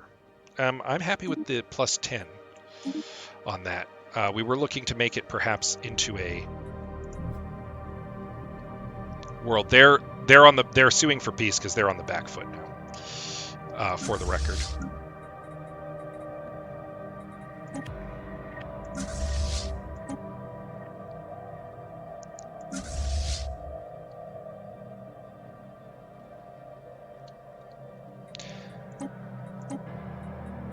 They are perhaps a little scared. Let's get that going. And they're the ones who do, but you know what? You declared war on me. You declared war on Construction me. complete.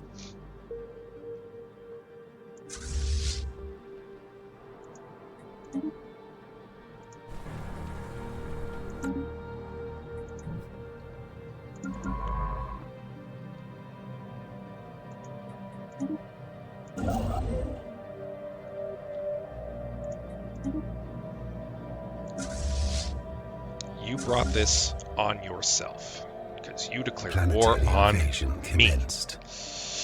Star system charted.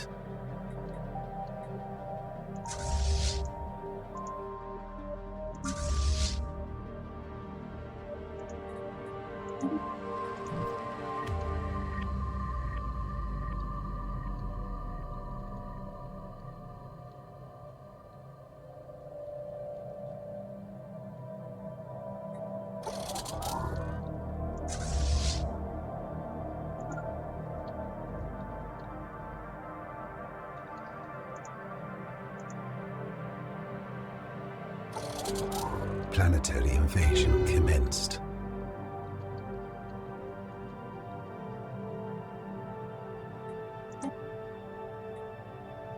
They're not willing to accept outright defeat quite yet. Yet.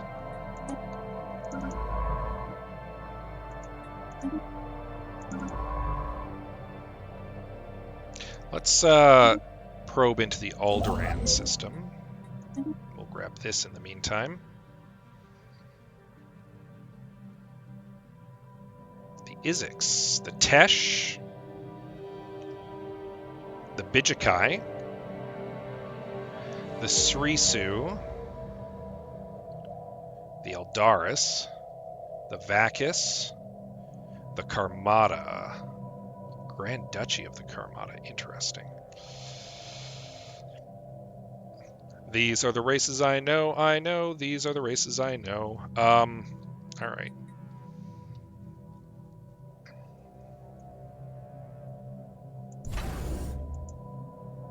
I think we might come and take on this. I think this is actually, yeah, this is going to be our next conquest.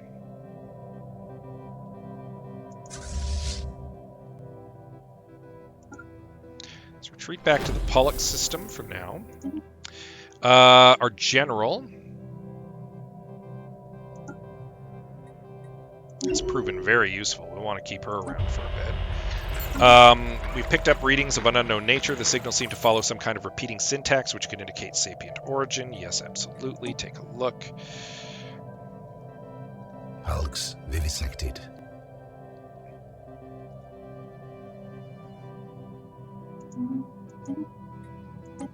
Basic combat rolls. Get. Not a terrible time to grab that. We need a little bit of a research boost here.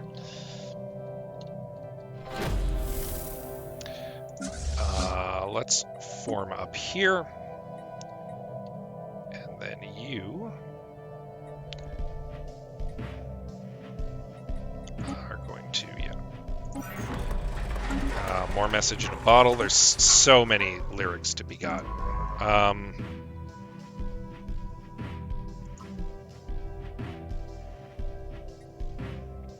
Let you pull back to the Pollux system as well.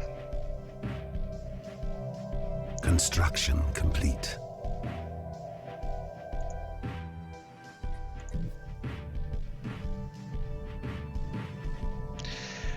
We would need to hit the Rigel system, the Thoth system, and the Huntur system. If another big fleet shows up, and I mean, I've decimated their ability to... Construction complete. I might have taken out most of their major shipyards. I don't know for sure. They're securing these gates pretty heavily. They're concerned about those for some reason.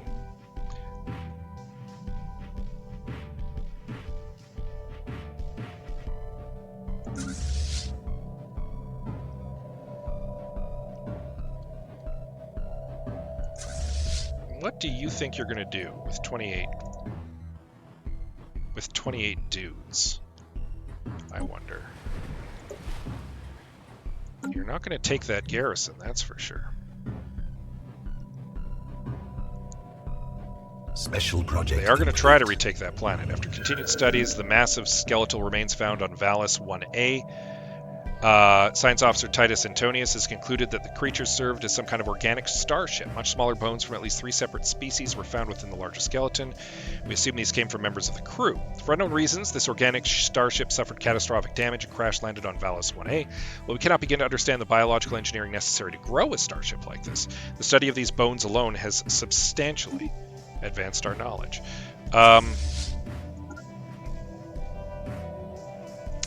Where do you think you're going? Vessels upgraded. They're trying to retake the Nashira system, and I don't like that. So I've decided to wipe out their armies and take back the system again.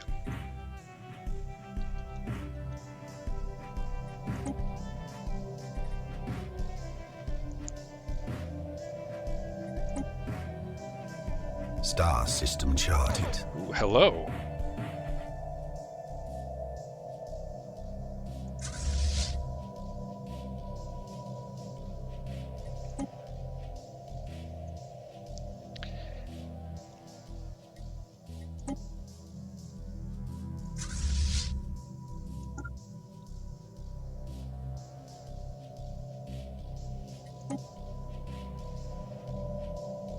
Their attrition is much higher than mine.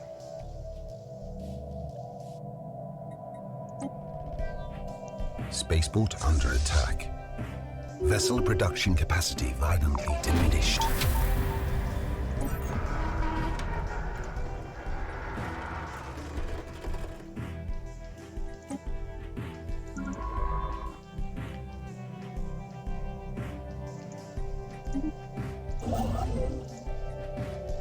We can take this cluster.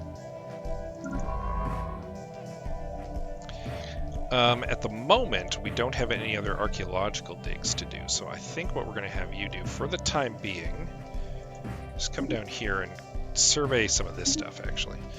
I might force peace. We'll see.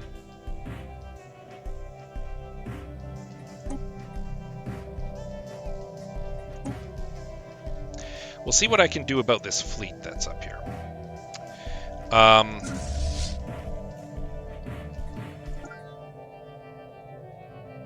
Anomaly found. First glance, the planet does not seem capable of supporting living beings. Nevertheless, we've detected life signs from somewhere beneath the frozen surface.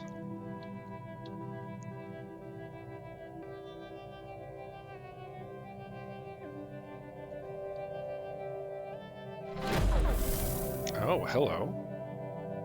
They have 2 fleets left of sizable power. And the curators have been met. That's big. That's big.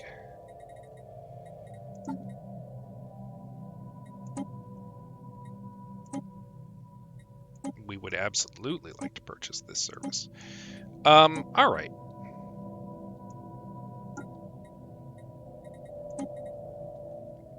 We'll win the war. Spaceport under attack.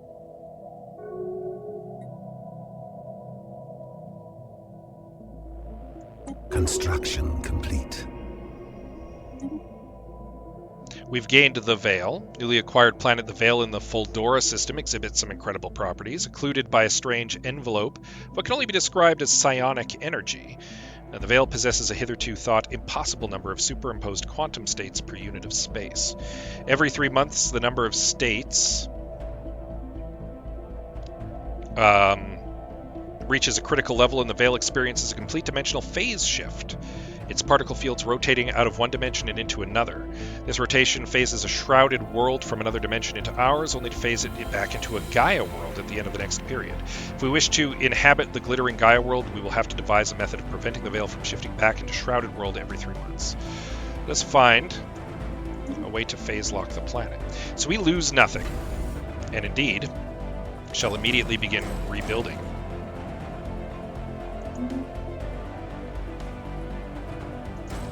The defenses here.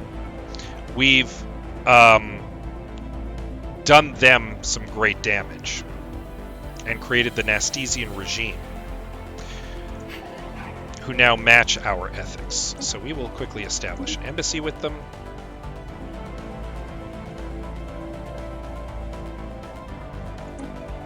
We will form a non-aggression pact with them.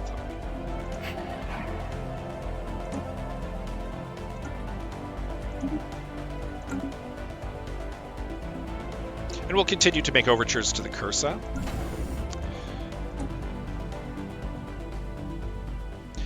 We need to repair the station's trade route.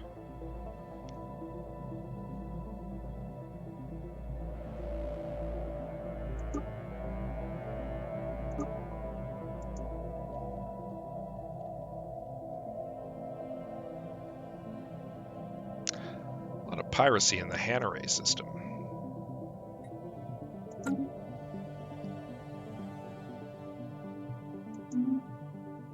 So we actually ended up winning that war, and I'll take that.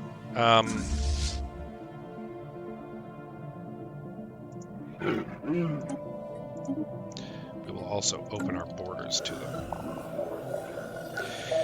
We didn't detect life forms below the surface. We detected them in the entire world. The frozen planet is interspersed with micro-thin tubes linked like a rudimentary computer. While the structure is primitive, its gigantic scale means it can probably rival some of Earth's supercomputers in output. Even now, the computer seems to be active. Our scientists can interface with it, but since it's so slow, we would only be able to ask it a single question. Who made you? What are we? Can you solve these calculations, or best to observe it from afar? This is in Grunthurst.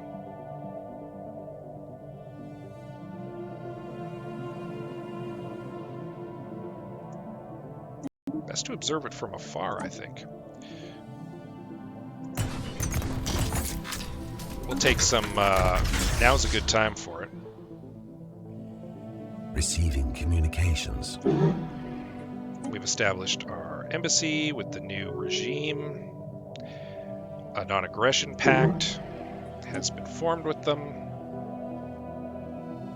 I want them to open their borders so I can go home. They want to form a research agreement? Absolutely. Receiving communications. They need to open their border to life form encountered. Made contact with new aliens in the Tiffin system.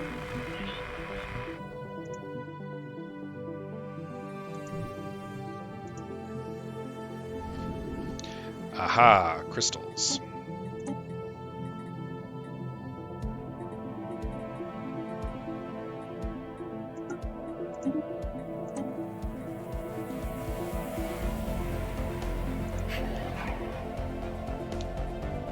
So we gave the Nastesians a pretty big black eye. They lost a lot. They didn't lose their home planet, but they've lost a lot. We need you guys to open your borders to me. Come on.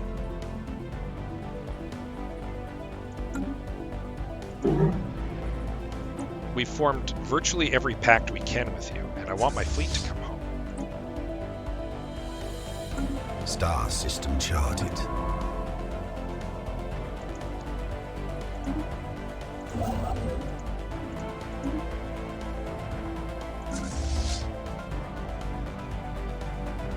Receiving communications.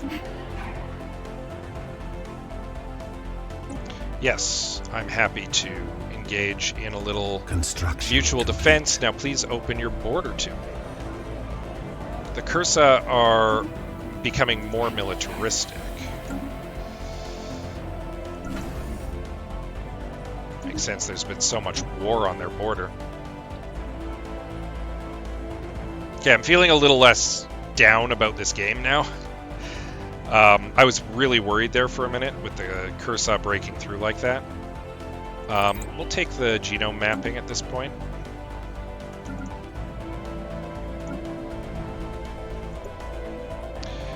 Need jobs on Sirius. Could use more places for people to live too. You guys need to open your borders to me. Yeah, so I guess you're going to need to declare war. Thank you. So I guess you're going to need to declare war on the Nastesians.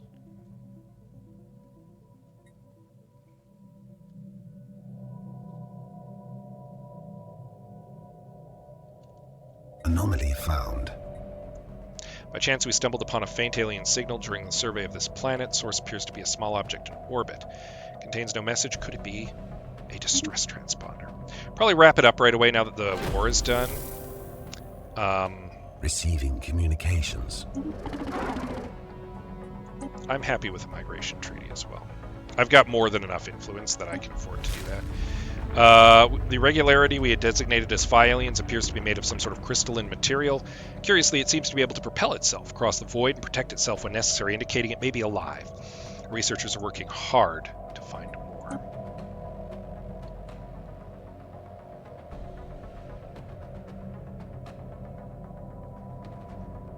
This might be as far as we go over here. Technology secured. Through our surveys of habitable worlds. Oh, we just finally did the habitable world survey. Our biologists have collected vast amounts of data on alien life forms. Many of our older theories on the development of life have been disproven, and our scientific community has to build new models from scratch. Our most interesting findings are being displayed at the newly dedicated Museum of Exobiology on Earth. The public is enthralled, and many donations have come in to aid in the continued search of strange life forms. Cruisers. Could have used that a little while ago. We'll do assembly patterns now. We can afford to. We can also afford to build some cruisers. Oh, wait, hold on. First of all, let's make sure we've built some decent ones. The Paragons.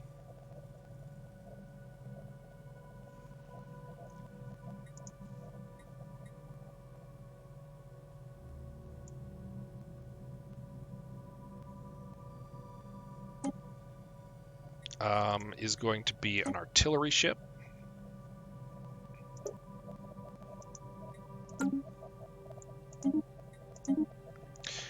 But we're also going to make a cruiser that is a carrier ship. Oh, and it's going to be called the Victrix.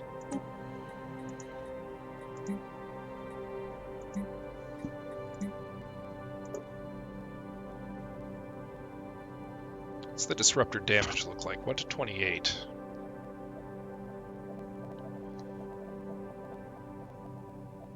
The accuracy is 100%. Tracking is 35%. Cooldown, so it shoots faster. And it has 100% shield penetration and armor penetration. Disruptors are good.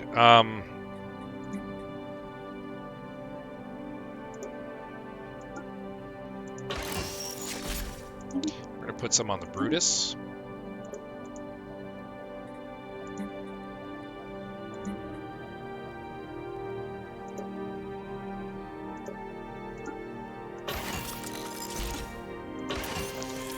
We're going to put some on the Arceus Ultor.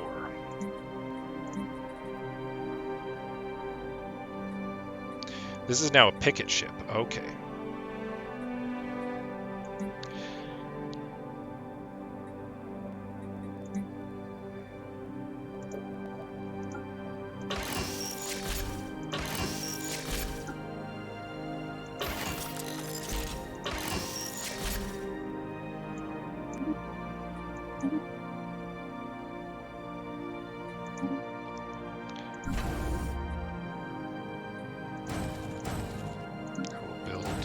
One cruiser of each type for both of our fleets. Earth needs jobs.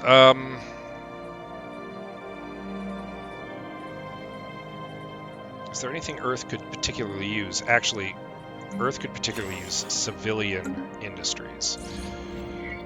I'm not too worried about this anymore because we have the Cybrex Warforge. So, Abandoned Life Pod was detected in close orbit of Grunthorst 6. It is covered in scorch marks, presumably from the pod's mothership exploding. Preliminary scans suggest it was built more than 5,000 years ago. The crew of the Pythias managed to open the pod, revealing the withered remains of a reptilian alien clad in a resplendent uniform. Clutched in one of its claws is a small picture of another individual from the same race, possibly a mate or revered leader.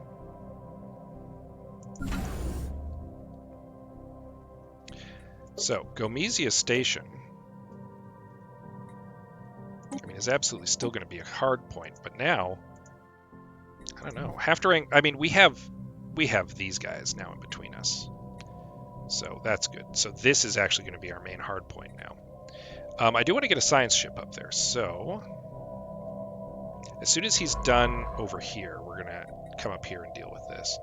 We could also claim the Ulrus system. We should do that as well. Where's the exile? Technology secured. You're up here. When the exile shows back up shortly, we'll have them go take care of that. So the crystalline entities, our researchers have finished investigating the reports of extraordinary free-floating crystal-like objects observed in the Tifim system. Their findings are startling. Ship-sized objects and their slightly smaller but equally crystal-like satellites at first appeared inert, but sudden shifts in their orientation relative to our ships and new energy signatures emerging from within the prisms indicate they should be regarded as hazardous and approached with caution. Even should we not find material use for them, studying the shattered crystal will no doubt yield interesting results. So, fascinating creatures, we'll do the crystalline study. Get that research output bonus, absolutely. We'll do FTL inhibition. But it's only 13 months to the crystalline situation. Let's deal with that.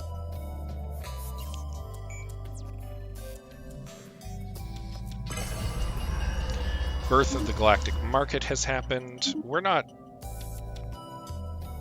a huge trade powerhouse, so... Star system charted. They're rearranging their stuff. They lost quite a bit.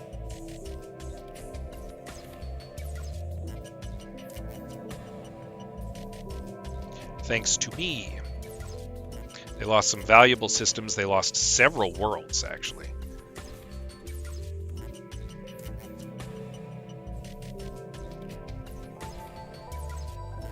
It's a shame. I should have taken this system, or these two systems, and then they'd be together. Things are still cordial with the Cursaw. If I could get secret fealty from them again, that would be super duper. You're on the go. You're on the go. We'll have you come up this way. The Exile has shown back up, which is perfect. We'll start with you surveying this system. Vessels upgraded.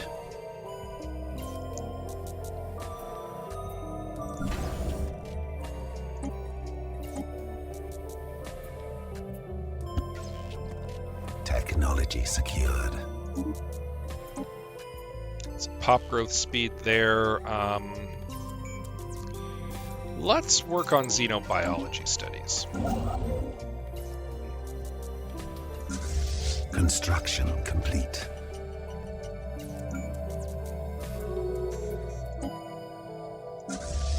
Star system charted.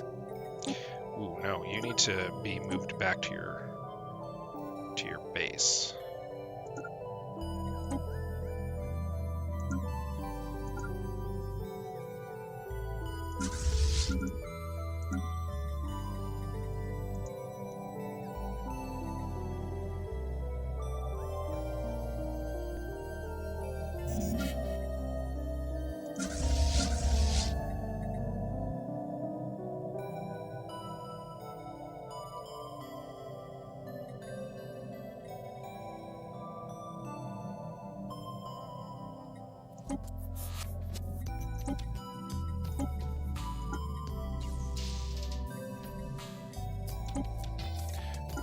Do support that.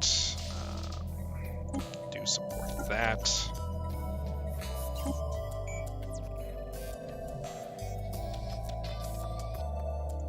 Do support that. I just don't have a lot of envoys at the moment. We'll throw him back in. Star system charted.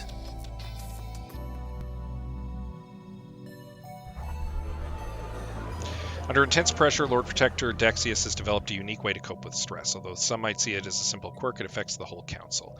He's now become a warmonger. Happiness is down, trade protection is down. That's not good.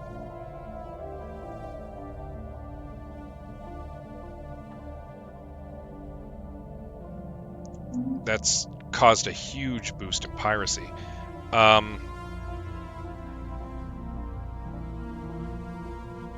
Station under attack. I was literally about to do something about that too. All right, well, I mean,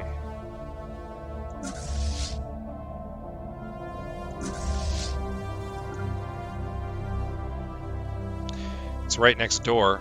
We're gonna upgrade this star base then. It's got a little bit of trade there. And it will be a hub to assist in. I mean, that's real bad, if I'm honest. Build a starbase there. You're going to continue into the JOP system.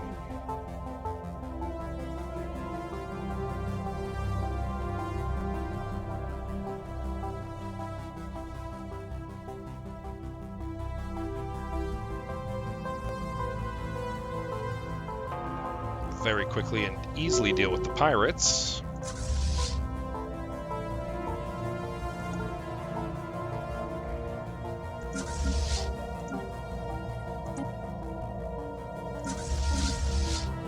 Finally back in our own space. Special That's project good. complete. So we could do the crystal focus, or we could get a big bonus to crystal infused plating, which I think is our goal here.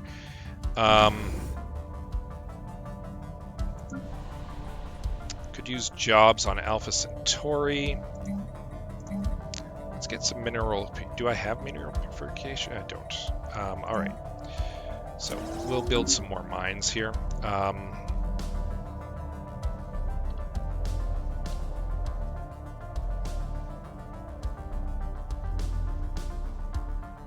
The question is, does this lead to the Tesh? To the Malwagoyles, or is this its own little cluster?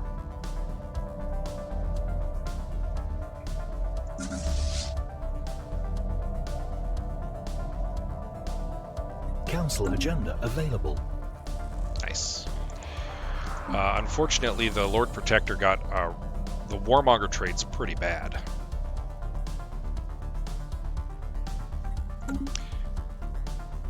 That's going to cause piracy issues. Construction I'm tired. complete. We're going to wrap up right Star away here. system charted. Scanning the star unveils a small object in rapid orbit. We'll leave that be for now.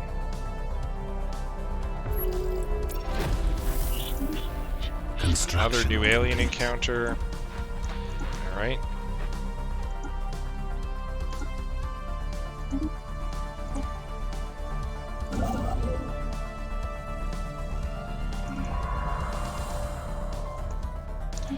Have you survey this Alpine world.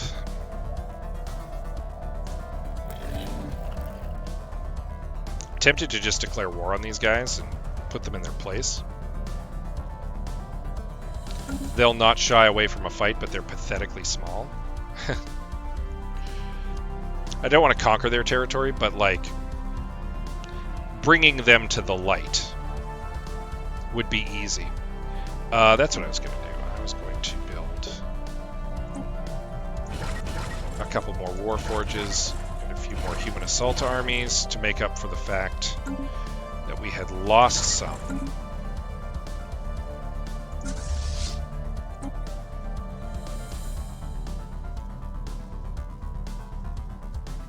During our earlier conflict. Star system charted. Anomaly found. Briefly detected some unusual energy readings emanating from this planet. Might have been a glitch in our systems. Could be a sign of something more. So, the exile has finished that. We'll take a look at this.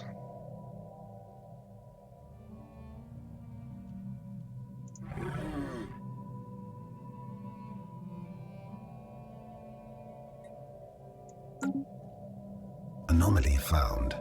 Our survey has uncovered something that can only be described by the science team as mystical. We would need to investigate the phenomenon in more detail to unshroud this victory.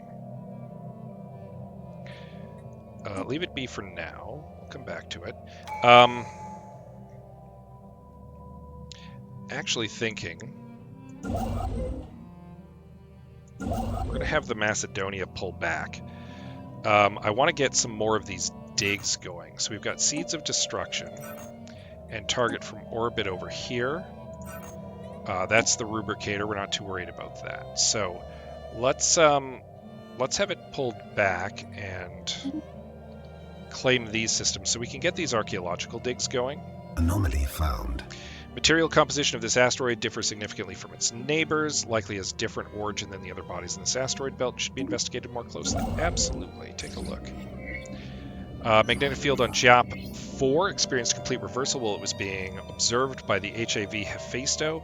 Rare event has interchanged the positions of the planet's magnetic poles. Fortunately, it was all recorded by the sensors of our ship, providing our scientists with a lot of valuable data. They're still equivalent to us.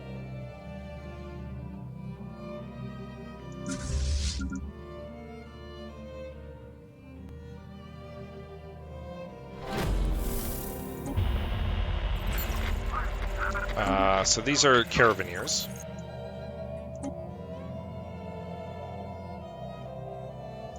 Sirius needs jobs. Construction complete. Fossils from what appear to be several species of aquatic animals have been found on the barren and airless surface of 425140. There are indications the surrounding asteroid belt was created by the remains of a shattered planet. These findings seem to confirm that theory. Judging by the fossils, the planet supported life and it was at least partially covered by water. Very neat.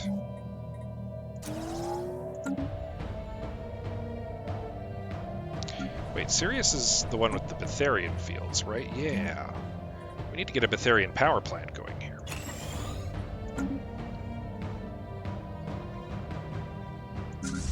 Glad I remembered that. Star system charted.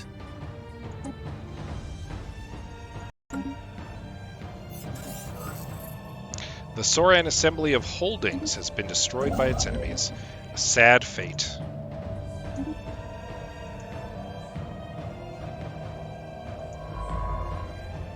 Ocean world there. We're going to survey up to here. Anomaly found. Briefly detected some unusual energy readings emanating from this planet. Might have been a glitch in our systems. Could be something more. Particularly observant operative in the Pnastic dynasties has laid their hands on a part of a Nastesian encryption key. It would seem careless to have mislaid this device while commuting. This bodes well enough for our operations in the Pnastic dynasties, but our study of the device's unique design has revealed novel insight into the general approach of code breaking.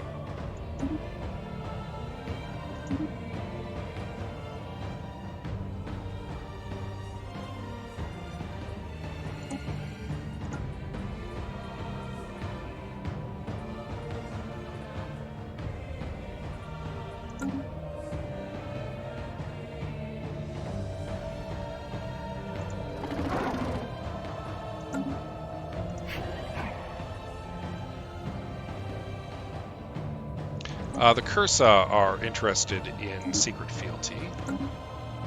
Spaceborne lifeform encountered. The bunker bot. We have traced the unusual electromagnetic radiation emanating from Freyak 1 to a secret subterranean bunker hiding a mega computer the size of a battleship. Our researchers suspect that it may have been there for several thousand years, hard at work solving a single very complex problem, the nature of which still eludes us. When the crew attempted to interact with the computer, they discovered that the facility, which had appeared both abandoned and unguarded, was in fact operated by a security AI, the highest purpose of which seems to be frying its visitors alive. As the crew defeated the AI, it broadcast a message to an unknown recipient. So we can scrap it for parts, boost our own research, or take a big Unity boost and let it continue its mysterious calculations, which I think is what we're going to do. So the Cursa are all for secret fealty with us again. Now would be a good time for politics. We'd gain the extra envoy, diplomatic weight in the galactic community, but we intend to impose our will on the galactic community at some point. So we will be taking politics, but I'm worried about renewed conflict with the Nastesians. And I'm wondering if we should take unyielding. Make our defenses much more powerful. We still have 4, so we could take unyielding and politics and still have room for an Ascension one, maybe even statecraft. Or domination.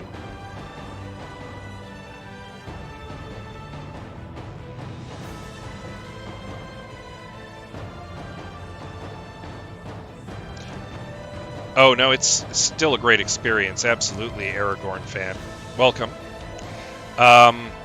They just released the new Galactic Paragons expansion, which makes leaders into characters.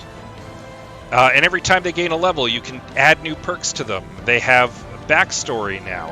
I'm using... You can launch agendas. You can find out, like, the homeworld of your leaders and what their previous jobs were. It's nuts.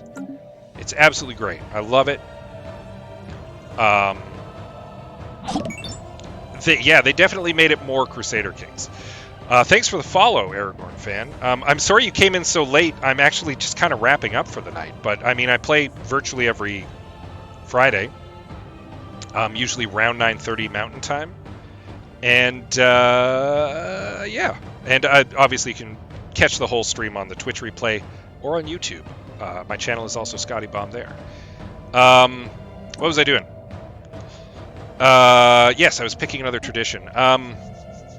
So, I mean, we could try to dominate some of the galactic politics. That might be more something we want to do a little later, though. Again, I'm interested in shoring up our defenses with unyielding.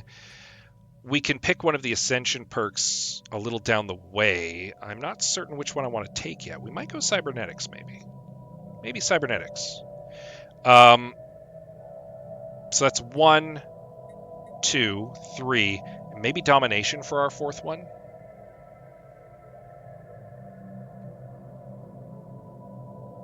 I mean, we are kind of like imposing harmony on the universe, but we're not really spiritual. That's not our thing. Surprised that everybody was streaming Stellaris, just watching someone to learn a little again. Yeah, I mean, everybody's streaming it because Galactic Paragons came out 2 weeks ago. Yeah, they definitely, you're right, saying it's like Crusader Kings, kind of. They definitely took it a step towards that. And it's real neat. To play the Under One Rule Origin, we need to be a dictatorship, because we've got like a Paragon, basically. A very powerful starting leader. If you're just playing a regular empire, though, like, the different government types all have different kind of leaders. like much like Crusader Kings, if you're playing like an Imperial authority, you have an heir, and you can like groom your heir by giving them jobs and allowing them to gain experience before they take over the empire. If you're playing democracy, you actually now have to pay attention to elections, because you don't want someone who you've been like making into an incredibly good council member who's like been your leader for such a long time to get voted out in favor of someone else, and so you might be spending some of your unity to like keep them in office. You can now get these like special leaders, renowned Paragons and legendary leaders who bring new skills to the table. I've got Baron Victor Jaredin here. He's an exiled noble from a fallen empire who brings like unique skills to the table. It's super cool. There's so many expansions for Stellaris now. They're all great. Highly recommended. Definitely recommended. Sounds really cool and immersive. I'm about to dive back into this game soon and drop like 300 hours, way more in depth than before. Absolutely way. I've got over 700 hours in Stellaris. I play weekly with my friends. We have an ongoing multiplayer meetup. We're just starting a new one with the new expansion. The game is great multiplayer. The game is great single player. They just added a co-op mode, which is still in very beta, which allows you to play with like one or two friends playing the same empire, which is kind of neat. We haven't experimented with that yet, so I can't speak to how good that is. Stellaris just keeps getting better. Like, they've put so much polish on it. And Galactic Paragons changed everything in such a fun way. So the Cursa are now my secret vassal. I still need to settle. Do I want Dominion? I think we'll wait on politics. Do I want Dominion now? Or I'm worried about renewed conflict with the Nastesians. Or am I worried about them? Like, we achieved our war goal fundamentally and established the Nastesian regime. We've caught up to them in many ways by kicking them down a bit. Which is one way to do it. Their vassal is now like kind of like, hey, next time you go to war, we may be willing to help. We've got a friend here in some of their people who we've forced into our ethics. I feel like we can take them. Like maybe I don't need to be worried about them. Maybe I'm overthinking it with unyielding, and maybe we do go with domination right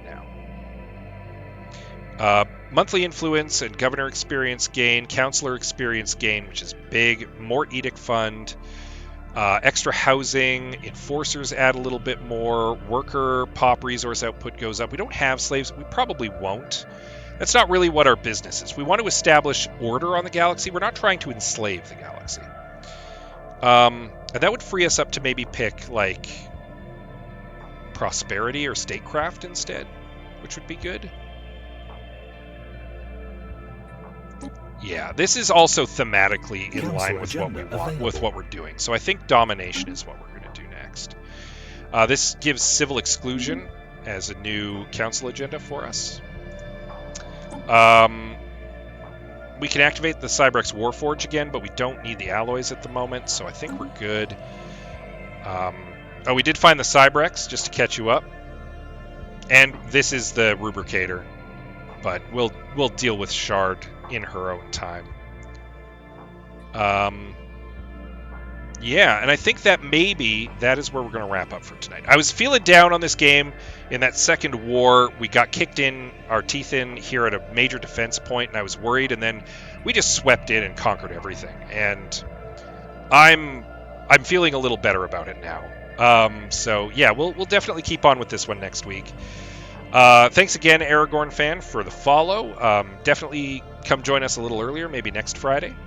And you can, again, rewatch this on Twitch or on YouTube at your leisure. If you are watching this later on Twitch or YouTube, thanks so much for checking it out. I know Stellaris has been relatively popular for a channel, for my tiny little channel, so I'll keep doing Stellaris. I love doing it. So thanks for watching. But we're going to wrap up for tonight. So with that, thank you so much, and you have yourselves a great night, and See ya, Aragorn fan. You as well. Night-night. And so long.